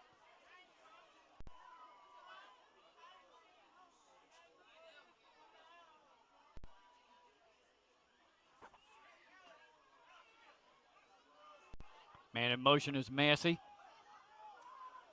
Rice rolls in this direction, throws it out in the flat to Roy, makes the catch shy of midfield, has a first down and more, and he's bounced out inside Red Lions 40, down near the 35. Nice play out of that. Of course, it's burned them twice deep already, so Red Lions watching that and left Roy underneath wide open. 20-yard pickup there on the swing pass. out to Josh Roy. And Caravel really starting to gain a lot and most of their yardage now through the air and not on the ground, as we're used to seeing. They seem to be picking it up, and you're right. A couple of score updates at the end of 3 quarters. Our other live stream game, it's Cape 28-7 over William Penn. And Salesianum has kicked a field goal late in the 3rd quarter. They now lead LaSalle College High 17-14. 1st and 10. Turner, give the ball to Roy. Big hole on the right side. He slashes through it inside the 20, ridden out down near the 15.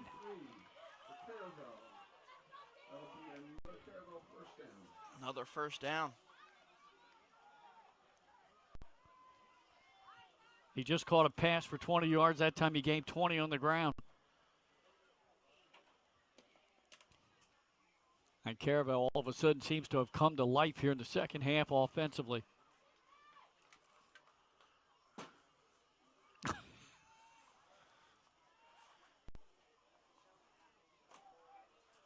Long time in the huddle. Now they break. Tyson Witcher will split to the top of your screen. I formation. Rice under center. Has Brooks and Roy behind him. Massey in motion. Gives it to Brooks. Big stick right in the middle, and he managed to backpedal away and get a few extra yards.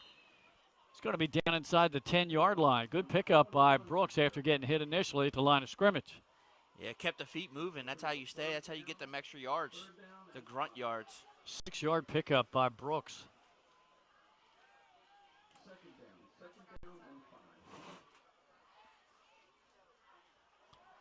Clock running. 5:20 to go in the 3rd quarter. Caravel trying to extend that 15-0 advantage.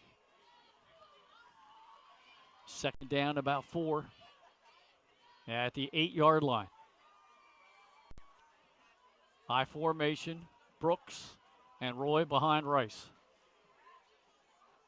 Pitch out. Sweep to the far side. Roy cuts it back. Hit. Goes in the end zone for the touchdown. 8-yard touchdown run by Josh Roy. Clearly the cutback worked, but he looked like he had the edge. He looked like he had the outside if he wanted it. Yeah. And I think the fatigue might be starting to set in on Redline, and you gotta wonder, would that happen? Because they played Sally's their first game of the year. Now you're playing another 3A matchup on another big team the next, again. So hats off to Kenny Anderson for putting that first 2 game schedule together for them. But hey, I'm sure it's going to make them tougher down the road. Yeah, oh sure. Yeah, get them battle tested for 2A. In that drive, how about 49 total yards for Josh Roy as he finished it off? They're going to go for 2. Rice rolls near side, looks in the end zone. Pressure's coming. He throws it behind his receiver and incomplete. So about the only thing you can say bad for Caravel is they're having some issues on the point after attempts. They missed 2 out of 3, and now they missed the conversion. But it's a conventional 21-0 lead now. Yeah. It worked out that way. All right, let's step aside. 4:52 to go in the 3rd. We'll be back after this.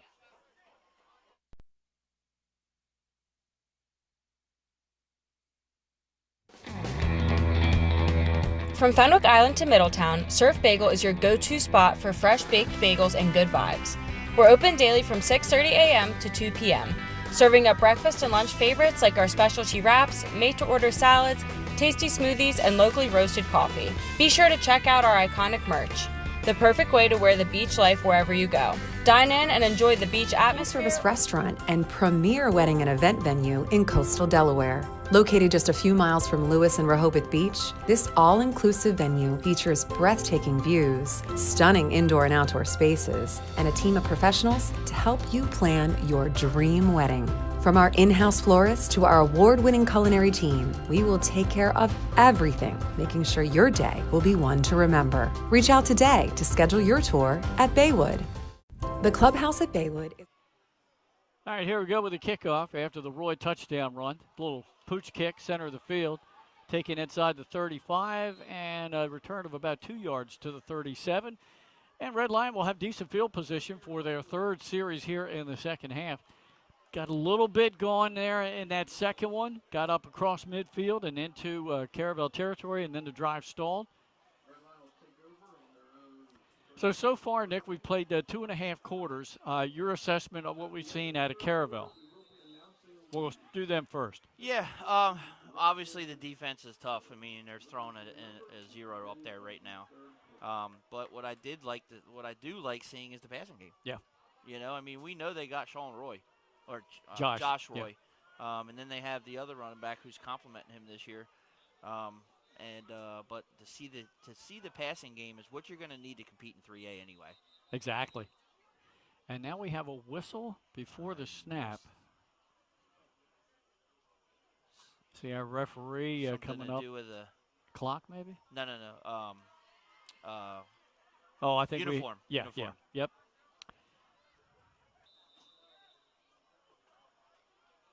So we had to get a sub in for Caravel on defense. Looked like he might have lost his mouthpiece. That could have been. Play action, back to pass, throw downfield, has a man behind. He makes the catch. It's Spencer Jr., and he's going to go all the way for the score. Wow. 64-yard touchdown pass, Buttinger to Raheem Spencer Jr. Wow. That was a quick strike. Wow. Raheem Spencer Jr. has some speed, and he just ran right through the corner and the safety. He absolutely did.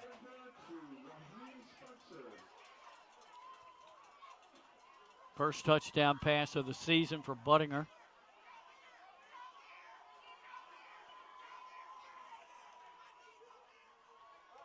Comes at the 4:38 mark. They needed that, or this game might have gotten a little out of hand. Yeah, good shot in the arm. Line up for the extra point. See what happens when Buttinger has time, right? Yeah. Tegan Norris, kick, and that's blocked. So both teams not being too successful after the touchdowns, but hey, on the board now.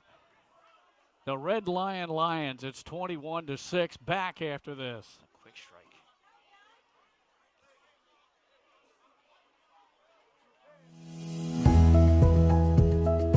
First State Orthopedics has 46 physicians and 22 physician's assistants at 16 locations across the state of Delaware. We provide both surgical and non-surgical treatment for a variety of orthopedic conditions, are specially trained in current state-of-the-art techniques.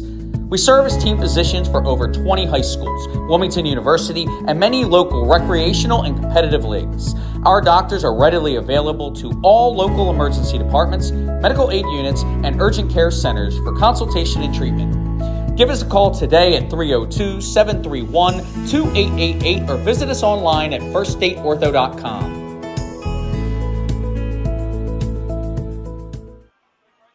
Got another scoring update for you. After trailing 17-0 to St. Mark's, St. George's has come all the way back to take a 21-17 lead. Yep. Oh, my. Look at that. And LaSalle College High School now leads the Sal's 21-17 in the second half of that one. Look at that miscommunication. That ball. Yeah, it's around. a live ball. Witcher picks it up deep in his own end. Oh, and that's going to bring some life to the red line sideline there. It sure will. And they had the 3 people back there, and I guess sometimes that's where the 3 people can have a miscommunication. Well, all 3 started running up thinking the other person was getting that, and that ball rolled all the way back to the 4-yard line. Very effective kickoff by Tegan Norris. Final score now. Laurel defeated Brandywine in the Battle of the Bone. How about 4 field goals in the game by Laurel's Brian Gonzalez Rivera? 29-13 is the final. The kicker's name is Tegan, not Tahim.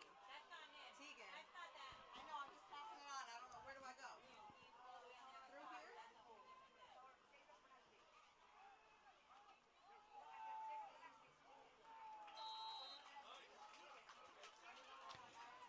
Nothing doing there. Now, first play from scrimmage. They get, a little bit of momentum change here. You score, you finally get on the board. Yeah. Get good, back them up deep in their own end, just outside the 10.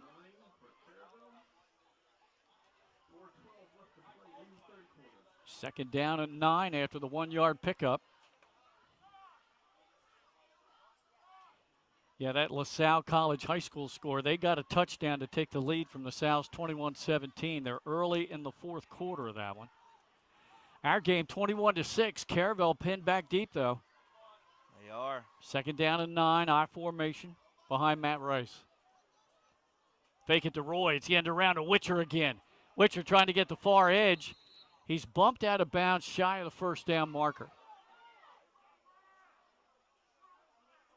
End run for Caravel, ran out of bounds, close to a first down. Bring up third down. And He's short. Yeah, he's short by, what, about 2 yards, I think. Man, a good yard and a half anyhow. Sounds But another to me. good pickup by Witcher. That's how they scored the opening touchdown of the game. So Witcher gets 8 there. 2 carries, 22 yards unofficially for him, and a touchdown on the ground. Third and short. They give it to, Brooks right up the middle, and the quick hitter. He burst into the secondary and has the fumble. first. He's all the way out to the 40. Are they going to say the ground Yes. caused that? Yes, they're going to say he's down. The back judge is pointing to the ground.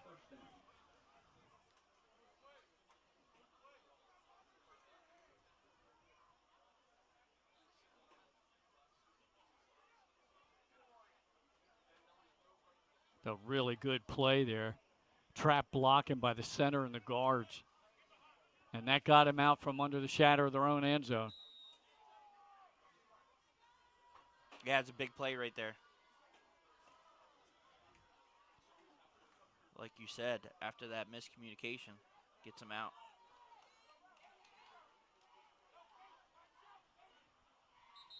And now we got a whistle. Timeout, Caravel. Yeah, I don't think they liked how they were lined up. Got a new fullback in the game, too, for Caravel. It's number 26, Jackson Wade. Middletown Kitchen and Bath, Rhino Lighting, Amore Pizza, Network Flooring and Maintenance. So I'll tell you what, All for your sponsorship. head coach John Reed, he's got several running backs that he can go to. Yeah, it looks like it. Brooks, Murphy, Wade. Got and a few back there. Yeah. Got a stable. I'm sorry, I gave you the wrong guy there. I think, yeah, got A.J. Brooks. Of course, Josh Roy, the feature back. Jackson Wade, who's in the game now at fullback.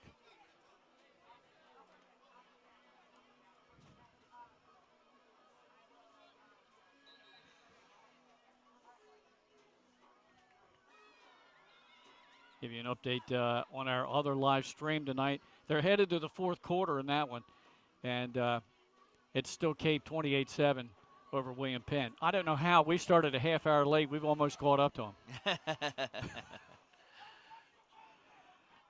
All right, here we go. First and 10. Massey in motion. Gives up the middle. Big hole. Another first down. See who that was. That was not Josh Roy. 21. Who was that? I think it was Brooks. 21. Yeah, Brooks back in the game, spelling Wade. And he got 12 yards there. So give him 27 yards on these last 2 carries. We're down to 3 minutes to go in the third quarter. Next week, Caravel will host St. George's Tech. And next week, Red Lion will be hosting Delaware County Christian out of Pennsylvania. Massey in motion again to the near side. And a little pitch out, a little shovel pass, that and didn't work. right there was the defense for Red Lion. Coming off the edge, Kassan Miles with a stop. Miles right there for that interior pitch. Yeah. Read it all the way. Got another update on Caesar Rodney. They are just running away from James M. Bennett. 4:38 left in the game. Running clock. Riders lead 42-7. Good start for Coach Strickland and the Riders. Clock running down to 2 minutes to go here in the third. Rice turns, hands off to Roy, gets blocking up the middle, breaks a tackle inside the 40 of the Lions and down to the 38. Close to a first? They're very close. Close to a first down, maybe a yard. Third down and a yard. They got 9 yards unofficially there. And now the officials call timeout. Timeout by I the wonder head. if they want to measure this. Get a measurement or getting a first down? I think they're getting them the first. I think there was some chatter from the far sideline from Caravel. They said, hey, you're not going to measure this? They're not even going to measure it. No, They're they going to give them the first. Yep. So it was a 10-yard pickup there by Roy. And the defense was still off on the sidelines talking to the coaching staff. Meanwhile, Caravel was up to the line of scrimmage ready to go. Roy up the middle, moves in the pile, squirts out of it, inside the 30, down close to the 26-yard line, and another first down. They're just running clock right now. Yeah, we're down to 91 seconds to go in this third. Caravel trying to answer the quick strike touchdown pass of Red Lion.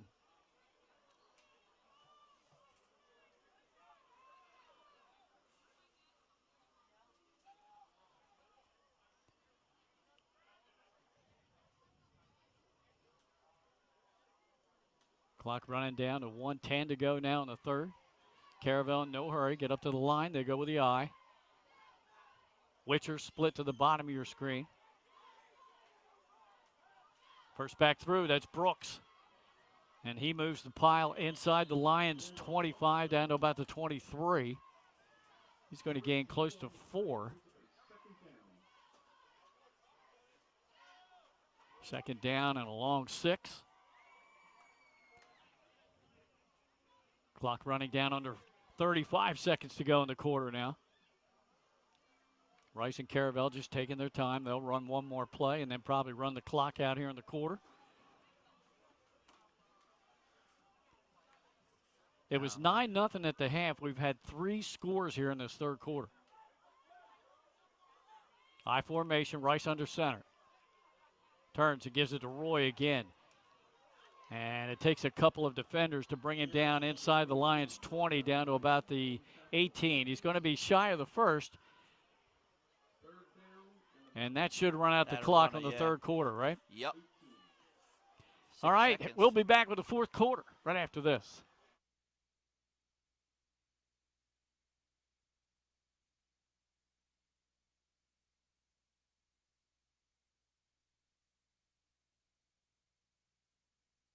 Get the assurance that your HVAC system is what you need with Ambience. Ambience provides you with over 25 years of experience in the heating, cooling, and plumbing industry. The team at Ambience Heating and Air Conditioning provides high-quality residential HVAC installations, maintenance, and repairs in new and older homes in the Delaware, Maryland, Pennsylvania tri-state area. You may not realize it, but half of your energy costs go to heating and cooling. Make sure your energy dollars count and call us today for a free estimate. 302-239-HVAC. 302-239-4822. Get the assurance that your HVAC system is what you need with Ambience. Ambience provides you with over 25 years of experience in the heating, cooling, and plumbing industry. The team at Ambience Heating and Air Conditioning provides high-quality residential HVAC installations, maintenance, and repairs in new and older homes in the Delaware, Maryland, Pennsylvania tri-state area. You may not realize it, but half of your energy costs go to heating and cooling. Make sure your energy dollars count and call us today for a free estimate. 302-239-HVAC. 302-239-4822. Get the assurance that your HVAC system is what you need with Ambience. Ambience provides... Just about ready to go to start the fourth quarter here. 2-touchdown lead for Caravel, 21-6. And coming up after the game, we'll have our post-game interview with the 302 Sports Player of the Game. Right now, anybody's guess. Got a whole quarter to go. We'll see what happens.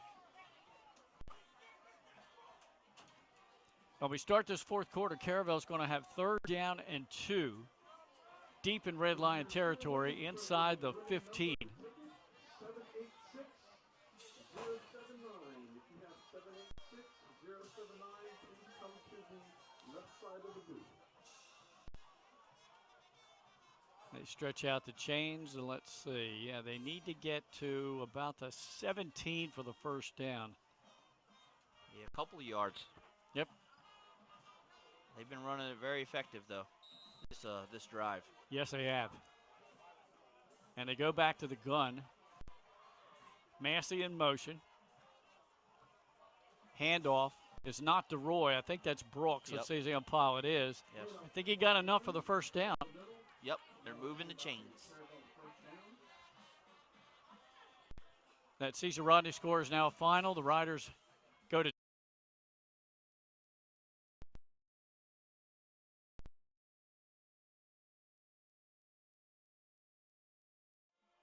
makes the handoff, end around again, looking to try to get his third score, but he can't get the far edge.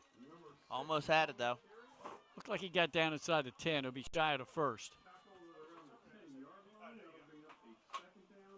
Oh.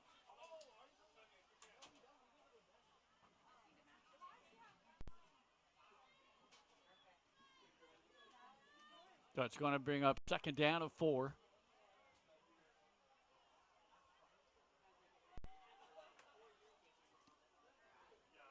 Cape Henlopen has scored again. They lead William Penn 35-7. Late in the fourth quarter now.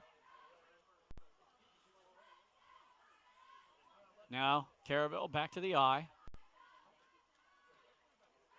It's Josh Roy right up the middle. Weaves his way through defenders. He's in for his second touchdown of the night. And that extends the Caravel lead to 27-6.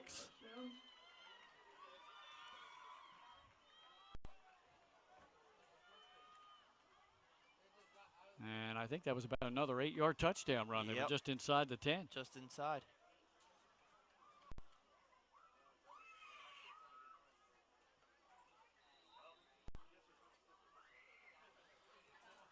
Go for the extra. Yeah, they're going to try to kick it. Nick Massey. He's already missed 2. Bryce the holder, and they've been to the left side. That one way up in the air. That one's good. Yeah, splits the uprights right down the middle. And that extends the lead out to 28-6. We have 10:30 left in this one. Back after this.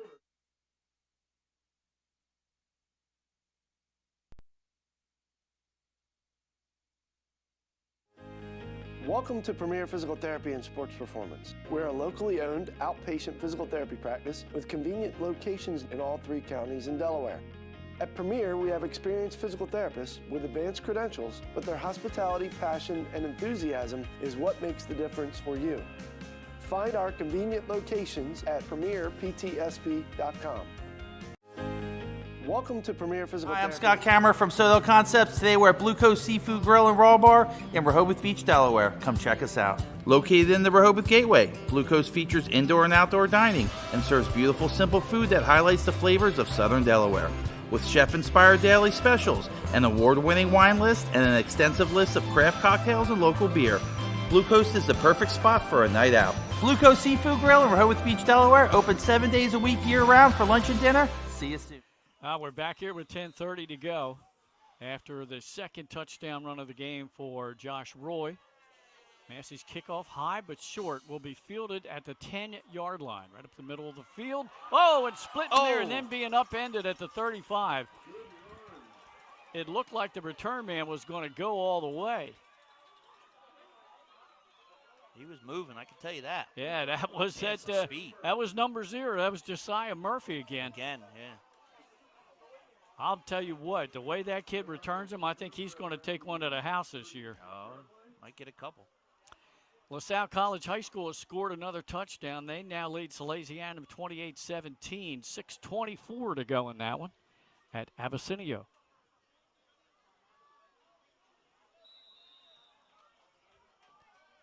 All right, Red Lion took them just one play to score last time they touched the ball. 2 receivers to the bottom of your screen and 1 to the top. Buttinger has Judah Barber behind him. Back to pass, looks near side, hit as he throws, and just over the outstretched hands of his intended receiver. That was Makai Richmond. Oh, he had to get rid of that one maybe a little bit sooner than he wanted.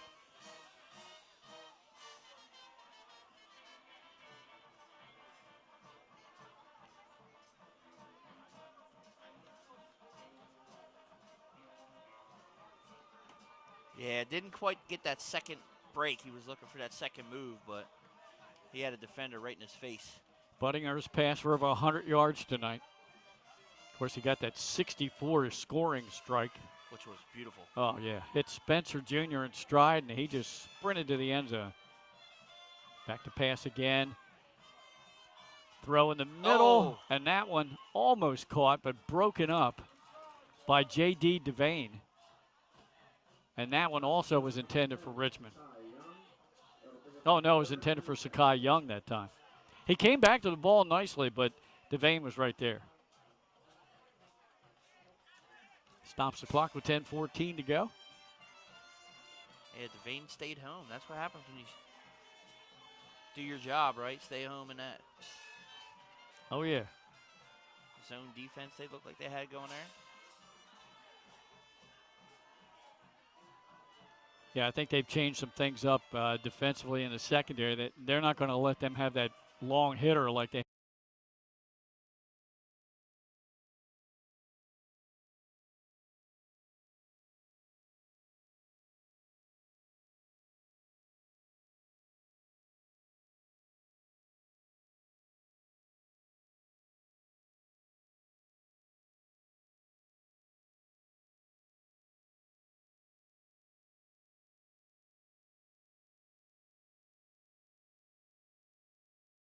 Down on the sideline was Raheem Spencer Jr. to make the catch, his second of the game. Stayed in bounds. First down for Red Lion at the 47 of the Bucks. 4 receivers in the game. They're 2-by-2. Empty set. Budinger needs the line to give him some time here. He's just going to take off on a quarterback draw, hit, breaks a tackle, breaks another, and he's down to the 40. He gained 7 yards, Nick. He did. That was a nice, tough run there by Budinger. Pick up a 7, second down of 3. Clock running as we close in on the 9-minute mark of this game. So you talked about Caravel. How about your assessment of Red Lion? Lions played well. Like I said, I mean, they've had 2 tough opponents to start off the season. They're going to be very well off in Division 2, in 2A. Yeah. And they have weapons, and if this line can hold up like they do against a 3A team, it's going to be tough. I think you're really looking at them and Howard at the top there. Little pass out in the flat to Judah Barber. He made the catch, and he's very close to a first down. I think you're right. I agree with you. Defense can play too. I mean, they've been out there for a little bit, but they've held their own. And that is a Red Lion first down. It was enough for the first.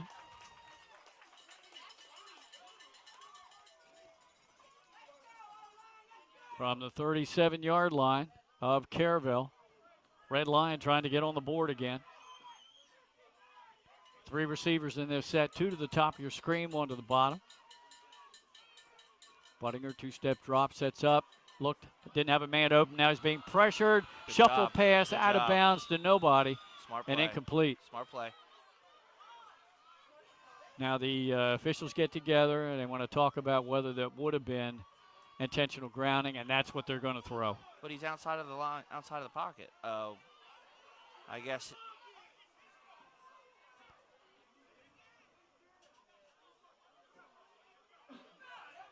Discussion now on the sideline between the coaching staff of Red Lion Don't and have replay to see if there the was crew. a receiver there or not.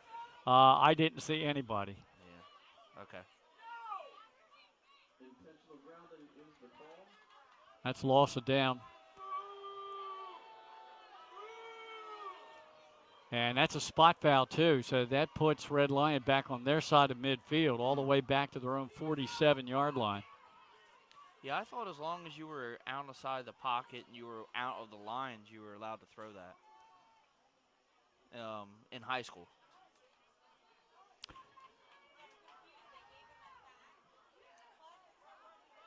Maybe we need to check with that clock operator over there, Tommy Neubauer. That guy. Buttinger back to pass again. Pressure's coming. They set up the screen, and it's blocked. deflected at the line by Devane. Yep.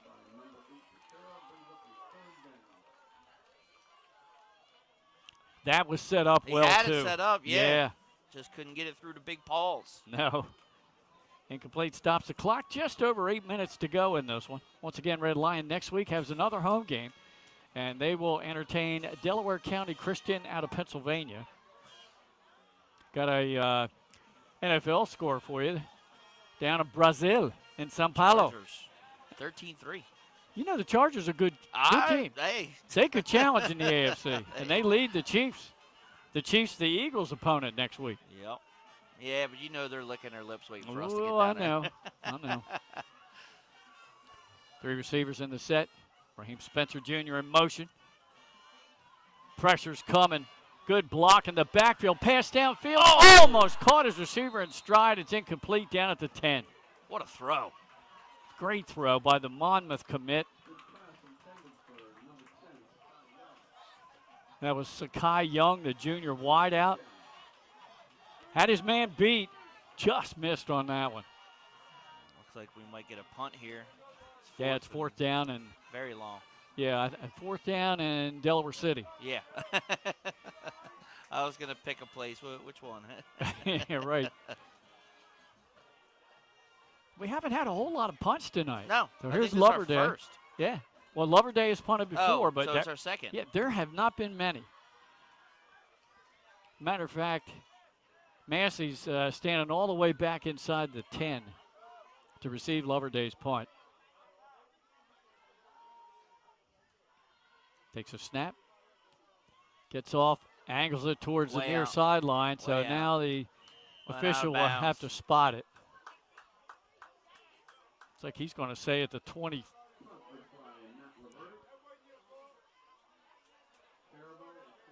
Now, it looked like he spotted it at the 28. Yeah, now he's going back further and going to do it again. So let's try this again. Now he's back inside the 15. Yeah. Too hard to get an angle for us on the camera. Oh, yeah. Too close to too that many one. People up there, too. Really? Wow. And the speaker hangs over in front. Caravel's offense back out of the field, 7:52 to go in this one. They're up 28-6. And I would be surprised if they didn't just keep the ball on the ground here. They're going to run. Yeah, I agree. So we've got to decide. With still 7:52 left, who our player of the game is, and I think we've cut it down to 2 options for Caravel. And it's either Josh Roy, who's rushed for over 100 yards and 2 touchdowns, as here's the play by Caravel. Speaking of Roy, there he goes, cuts it back near side, 30, 35, 40, 45, midfield, slows up, still on his feet, cuts it back the middle of the field. He's going to score. I think he just solidified this spot. Yep. He just went 80. What was it, from 88 yards? I think he just solidified. Ball was inside the 15. It's hard to tell from here, but I think it was about the 12. 88-yard touchdown run. That's the kind of breakaway speed and the type of person athlete he is. And his cutback ability. He cut back several times on that run. That extends the lead out to 34-6. The scoreboard already says 35, but he hasn't kicked the extra point yet.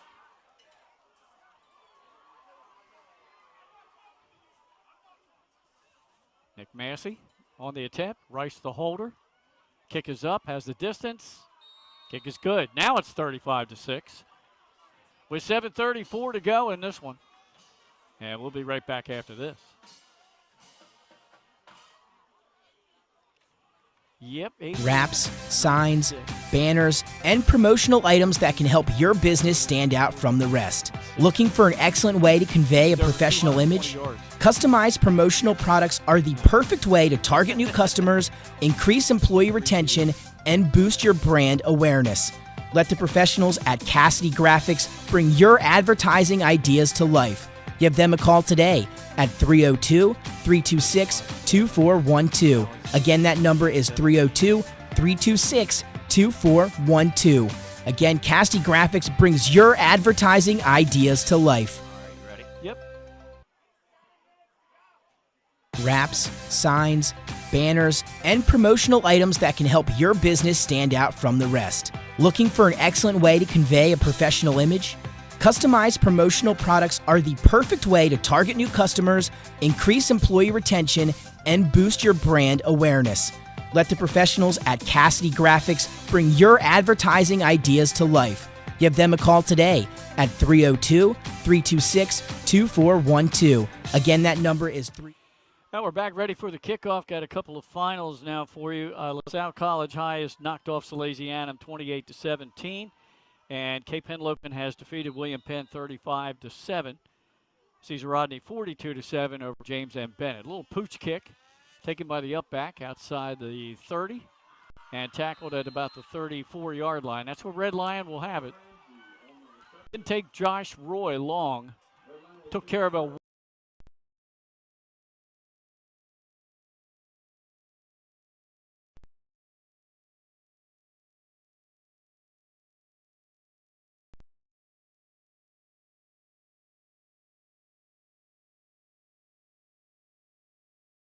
Hit out of bounds. He went out of midfield. They're going to tack the penalty onto that. Man, what a tough kid. Had two defenders on him, Nick, and just got away from both of them. Somehow got away.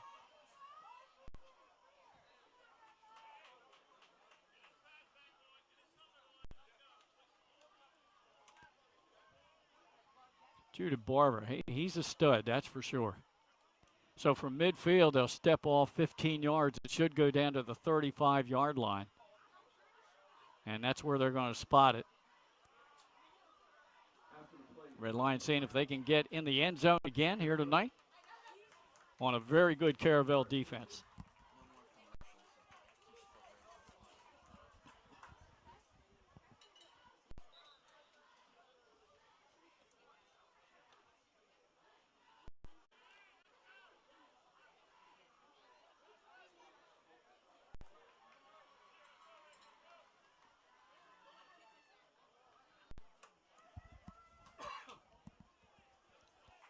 Still waiting for the officials to start the play here and get the chain gang set.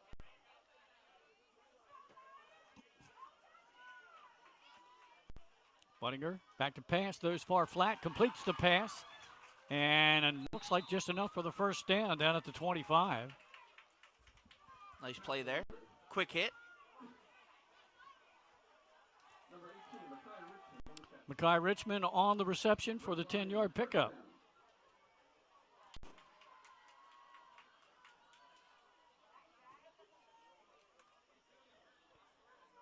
From the Caravel 25, under 7 minutes to go. Red Lion, fresh set of downs. Resets the wideouts, Buttinger does. Drops back, pressure's coming. Gets rid of it, connects. Almost down to the 10-yard line, and that's Sakai Young on the reception.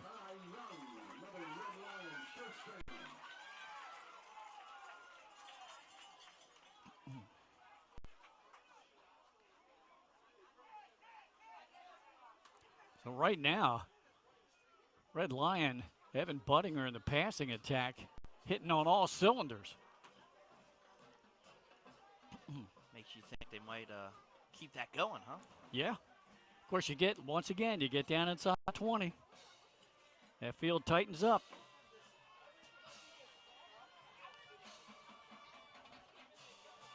Richmond split out.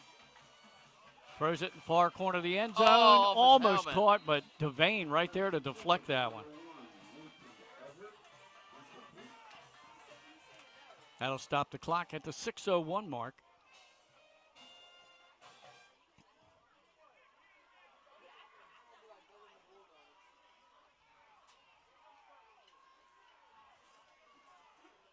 So Coach Anderson and the Red Lion staff comes up with here. 2nd down and 10, just outside the 10. So the Lions can get a first down without scoring here. Just barely. It's barely, I was going to say, yeah. Buttinger has Barber behind him. And now we've got some movement on the line. Jump. So that's going to put the ball at the 5. 2nd down and 5 coming up. Second down and 5.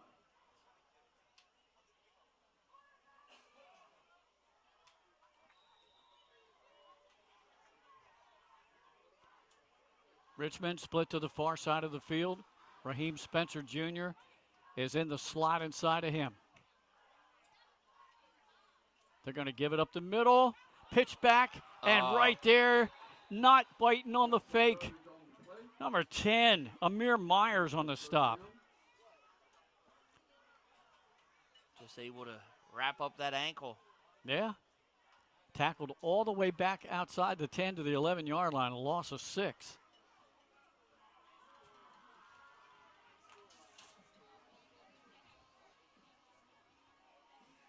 Again, the scoreboard here reads 36-6, but it's, according to my stats here, it should be 35-6. It was 28-6 before the last Caravel touchdown. They kicked the extra point. That's 7. It should be 35-6. I have 35. As we have 5:10 to go in this one.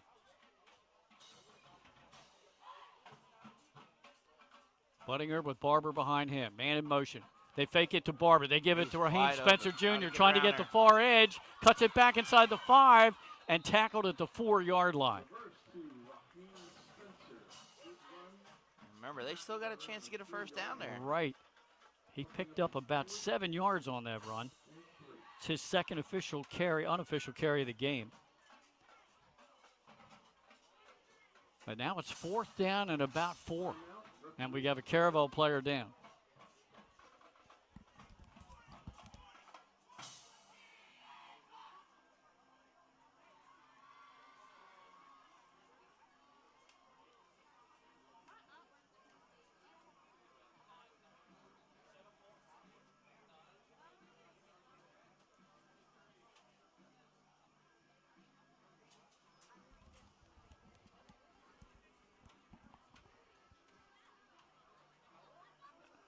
Still have that player down over on the far side of the field, Nick, for Caravel. Hopefully nothing serious. Looks like maybe cramping. I mean, you get that a lot early in the season.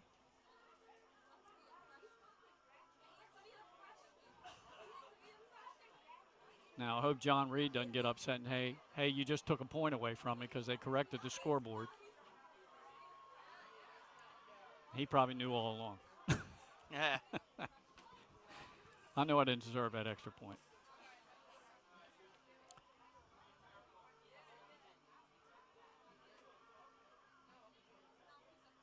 Well, the injured player appears to be walking off rather gingerly, but this just appears to me that it might be just like a... I think it was cramps. Yeah, cramping. Yeah, I'm still trying to pick up that number. I can't quite pick it up if he turns around. It looks like number 8. Well, that would be Devane. He's a two-way starter. That's what it looked like to me. So Caravel's had a couple of players go down in the game, but Josh Roy, a real scary moment for him. But he only comes back in and rushes for over 220 yards in this one. Yeah. And I would say no ill effects of any kind of injury, especially on that 88-yard run. No. Speed and agility. I agree.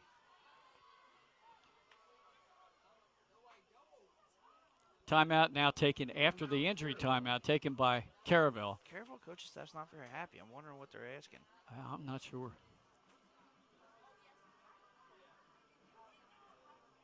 Regardless, we've got 4:35 to go. It's 4th down and about 4.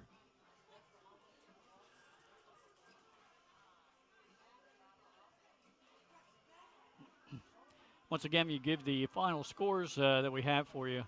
LaSalle College High knocked off Salesianum 28-17. Last we heard, it was St. George's 21-17 over St. Mark's. And the only score I had on Dover-Appo was 14-6 Appo at the half. 29-13 Battle of the Bone. Laurel knocks off Brandywine. And Cape beats William Penn 35-7. And Cesar Rodney 42-7 over James M. Bennett. All right, the timeout now over. 4th down play coming up. Just inside the 5 of Caravel. Red Lion loads up. They fake it. They run an option. It's a fake pitch out. Buttinger takes it himself, and he stretches in for the touchdown. What a play, huh? Reminiscent of Tattersall. Tattersall, yeah. Yeah. Uses that long frame of his to just kind of stretch out and get the score. Hey, he's all of 6'4". Every bit. Give some love to the QB there. Yes, sir. 5-yard touchdown run by Buttinger. And that makes it 35-12. I think they're going to go for 2. That's what it sounds like down there yelling from the sideline. Yeah. Score comes at the 4:28 mark.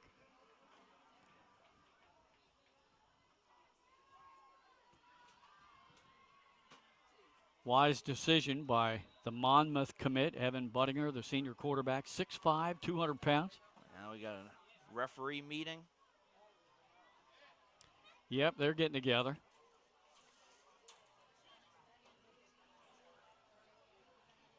After Buttinger scored on the option, kept it himself, faked the pitch.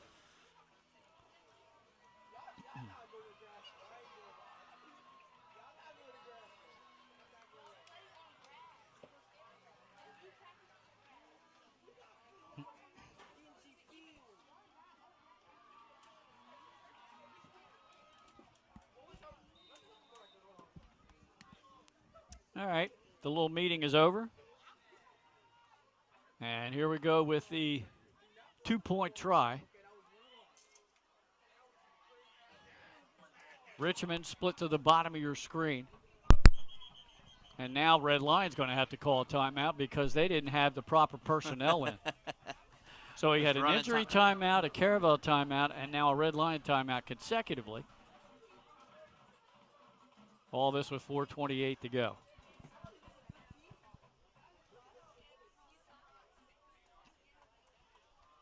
Once again, next week, Red Lion will host Delaware County Christian, Pennsylvania, while Caravel will get their home opener of the season, and they will invite in St. George's Votech.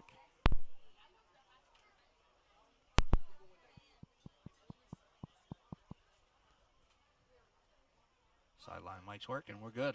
All right. I'm going to do my player of the game. It's going to be Nick Halliday. I'm going to stay right here in the press box. Ask him how his summer was. Mine went too quick. Yeah, it was fun. It was a good summer.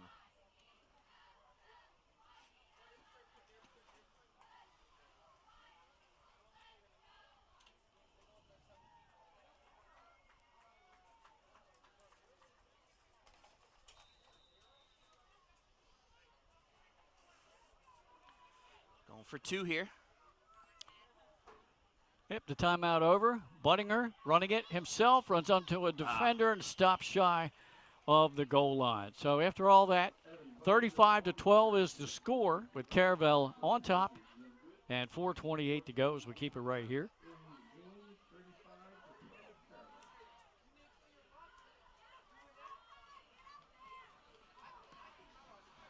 So we talked about, I think it was about midway through the third quarter, it was still 9-0, and we're talking about defenses took over the first half and half of the third quarter. But since then, we've had Caravel score Witcher from Rice, an 8-yard touchdown run by Roy, then a 64-yard pass from Buttinger to Raheem Spencer Jr., then another 8-yard run by Roy, an 88-yard run by Roy, and now a 5-yard run by Buttinger. That's an offensive explosion. 6 touchdowns and not even a quarter and a half. Wow. So maybe you're right. The defenses are tiring out.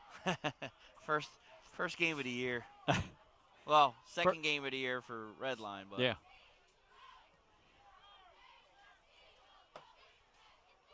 Wait, you think we're going to see an onside kick? I do. I think Caravel is expecting that. I think we are. Nobody back deep. Tegan Norris is the kicker. I would be expecting it if it were me.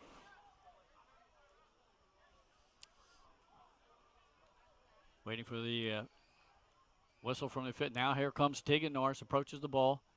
He's just going to kick it deep. He did. And now we got a whistle, and I think somebody went offside. looks like it's going to be on red line.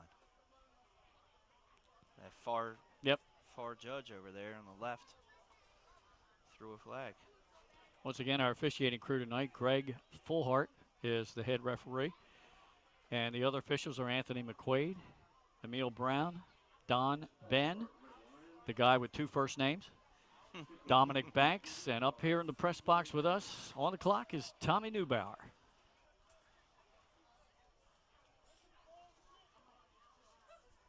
Kicking again, and we're moving back. Yeah, so will they change up the strategy now? Yeah, I don't know. They just went ahead and kicked that one deep when Caravel was expecting the onside attempt. They have the all-state special teamers in, the good hands teamers.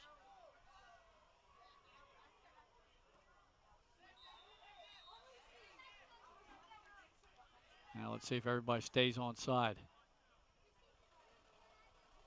Now it's an onside attempt, and it's taken by J.D. Devane, and he just drops right to the turf. Move. That's what you want to do. Yep. Grabs the ball on a hop right at the 45-yard line of Caravel, so the Bucks will have it there.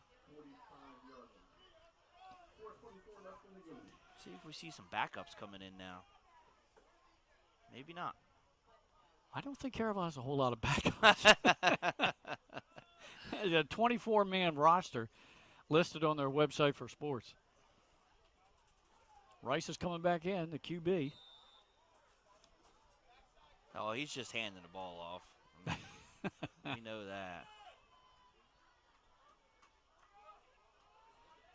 Yeah, well, last time he handed it off, Josh Roy went from the 12 to the end zone. Yeah, I mean, that's true. I formation, wideouts to both sides of the field. It's Roy still in the game, hitting the backfield, spun around. Ball was knocked out, and I think maybe the red line came up with it. It's a battle for the ball with Roy. Roy came up with it. Back. Yeah. I think he got it back. Good play there by the defense. And on the line there for Red Lion, I think that was Jalir Haley, a sophomore, who stripped that out and then almost recovered it.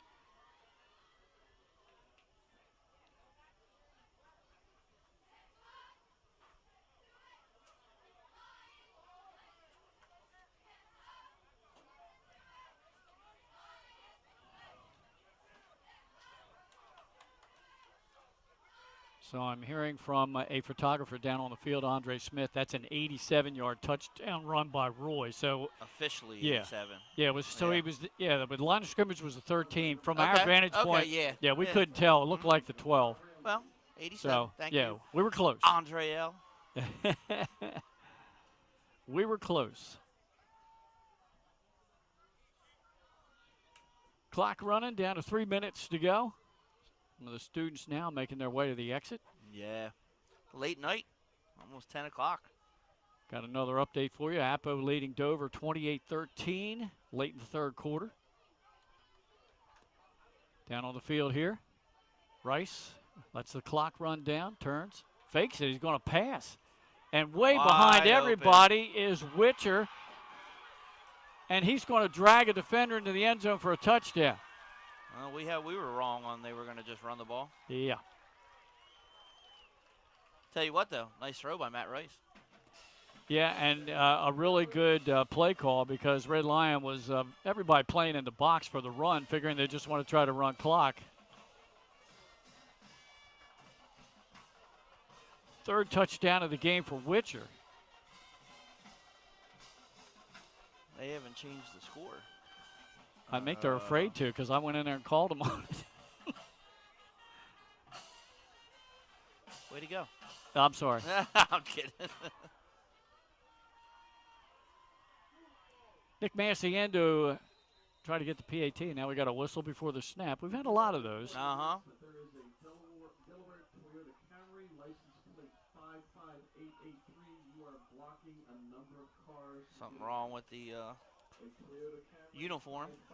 Yeah. Please move your car. You are blocking a number of cars. A number of cars. Wow.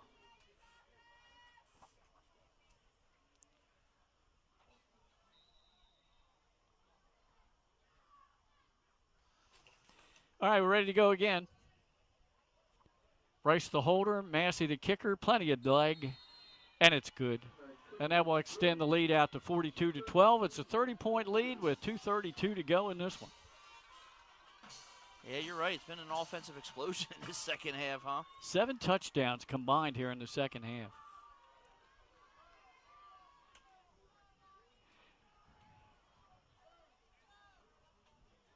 And I don't really want to say the score's not indicative of what the game was played, but, Caravel is so explosive. Yeah. I mean, Roy and Witcher, and let's give Matt Rice credit. Yes. He's a good passer. Agreed. They have good lines on both sides of the ball. We And have- Red Lion fought him tooth to nail there in the first half, only trailing 9-0. But, they just kind of got worn down by the onslaught here in the second half. So head coach John Reed and his Caravel Bucks will go 1-0 and will face their first 3A competition with the class move up when they have home opener next week against St. George's. St. George's leading St. Mark's 21-17 last we heard. Yeah, they came all the way back, huh? All the way so far. Short kick taken by Red Lion down at the 20. And a short return up close to the 30-yard line, and that's where Red Lion will have it. Tackled.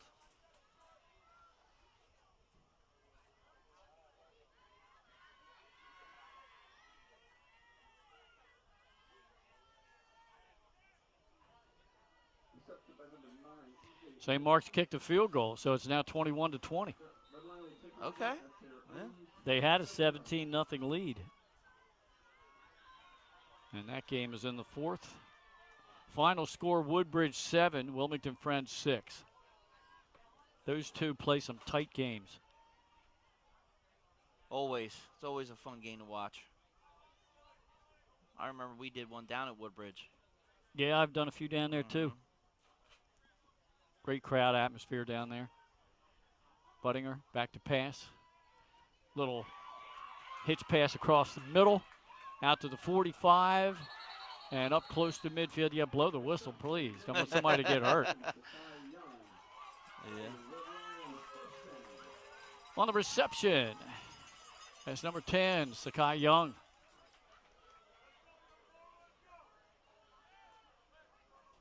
And a first down out to midfield. Clock running with 1:17 to go. Buttinger look middle, now over in the flat. Hits that same receiver, Young. He is sandwiched at the 40, and he goes down near the 37-yard line. Another first down.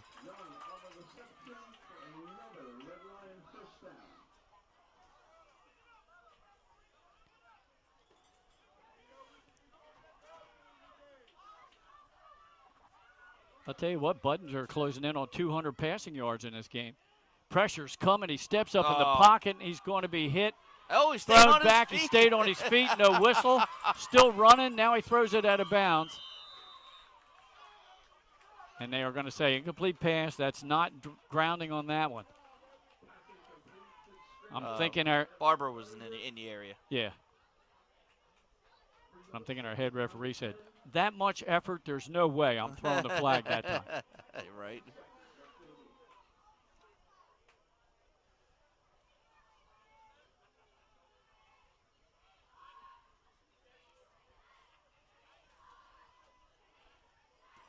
Inside of a minute now. I'm going to turn it over to you, Nick. I'm going to go down and get our post-game interview with Josh Roy.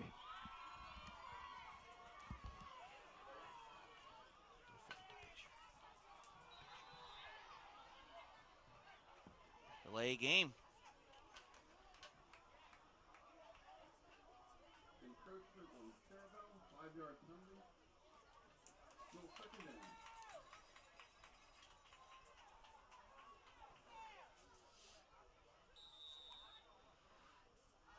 All right. 52 seconds left officially on the clock. Budinger steps back. Looking downfield. Hits his receiver.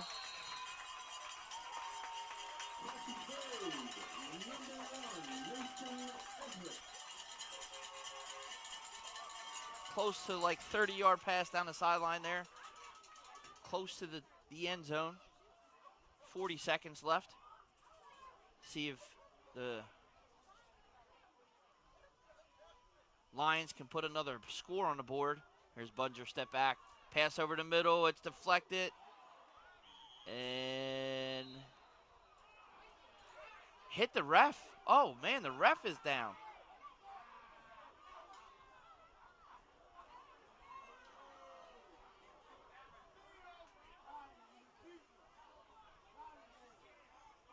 He's not moving yet. They're going to have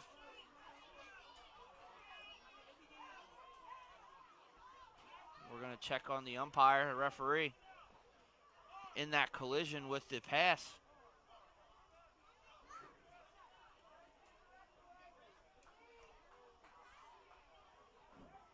Wow, that's unfortunate.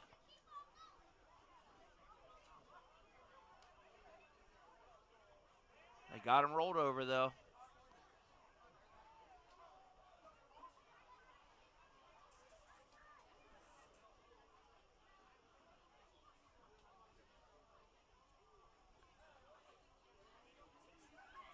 Got a couple of trainers over there with him, though, right now, so we'll see.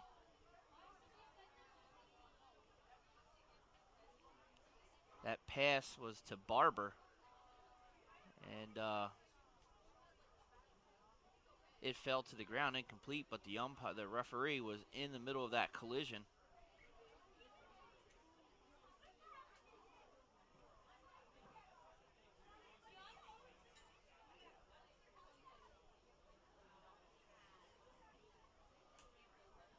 Unfortunate.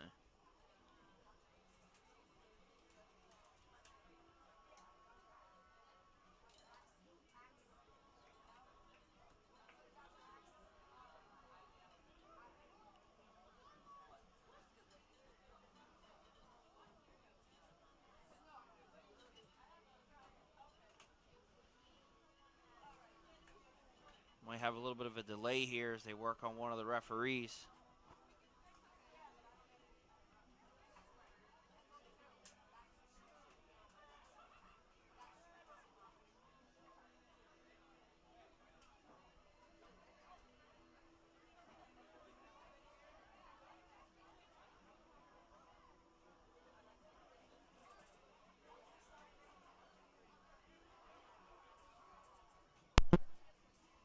Nick, can you hear me over here? Glenn, I got you, buddy.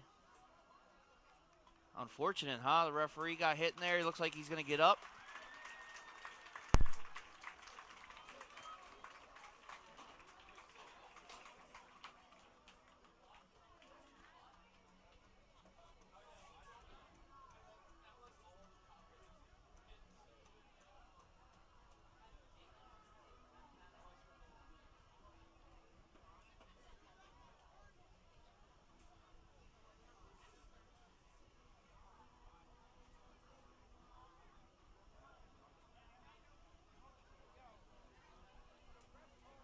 Looks like they're going to... All right, Nick, if you're on.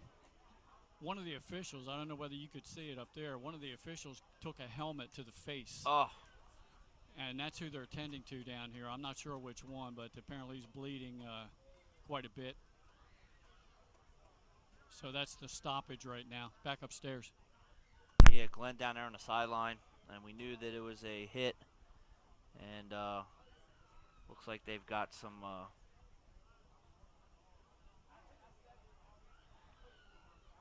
medical personnel over there. Unfortunate. About to wrap this game up. 26 seconds left officially on the clock. Caravel leads 42-12.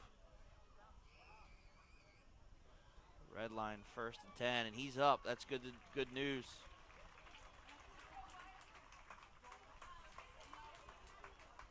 They are going to take him off the field, though, so that's good.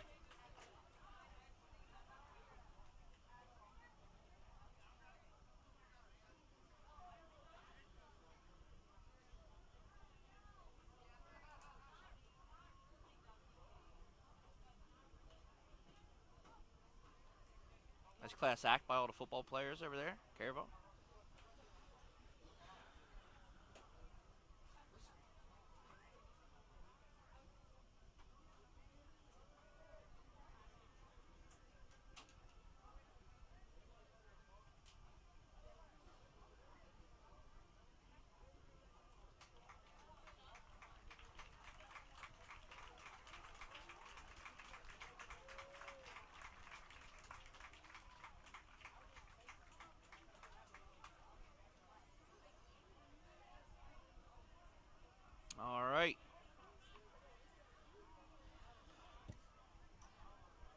Again, still got 26 seconds left in this game. It looks like 2nd and goal for Redline. They have 26 seconds officially. I'll fix our clock here.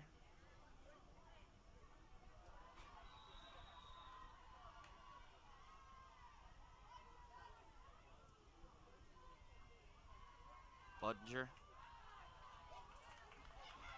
couldn't get away from that Caravel pass rush. And I think they're just going to let the clock run out. Oh, no, maybe not. Going to take a timeout with 8 seconds left here.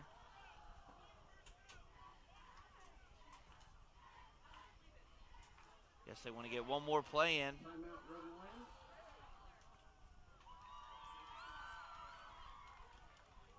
Third and goal for the Lions. Again, we thank everyone for coming out tonight for the ball game. Hope you'll join us next week when That'll do it. Red Lions will Well, they got one play Christian from Pennsylvania. with 8 seconds left here. 7:30 next Friday. See if they can tack on a couple of more points.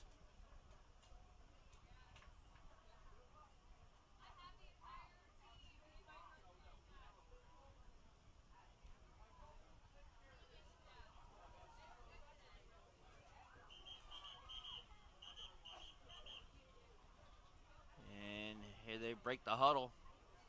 Redline, one more chance just to get a couple more points on the board. They took their timeout with 8 seconds left.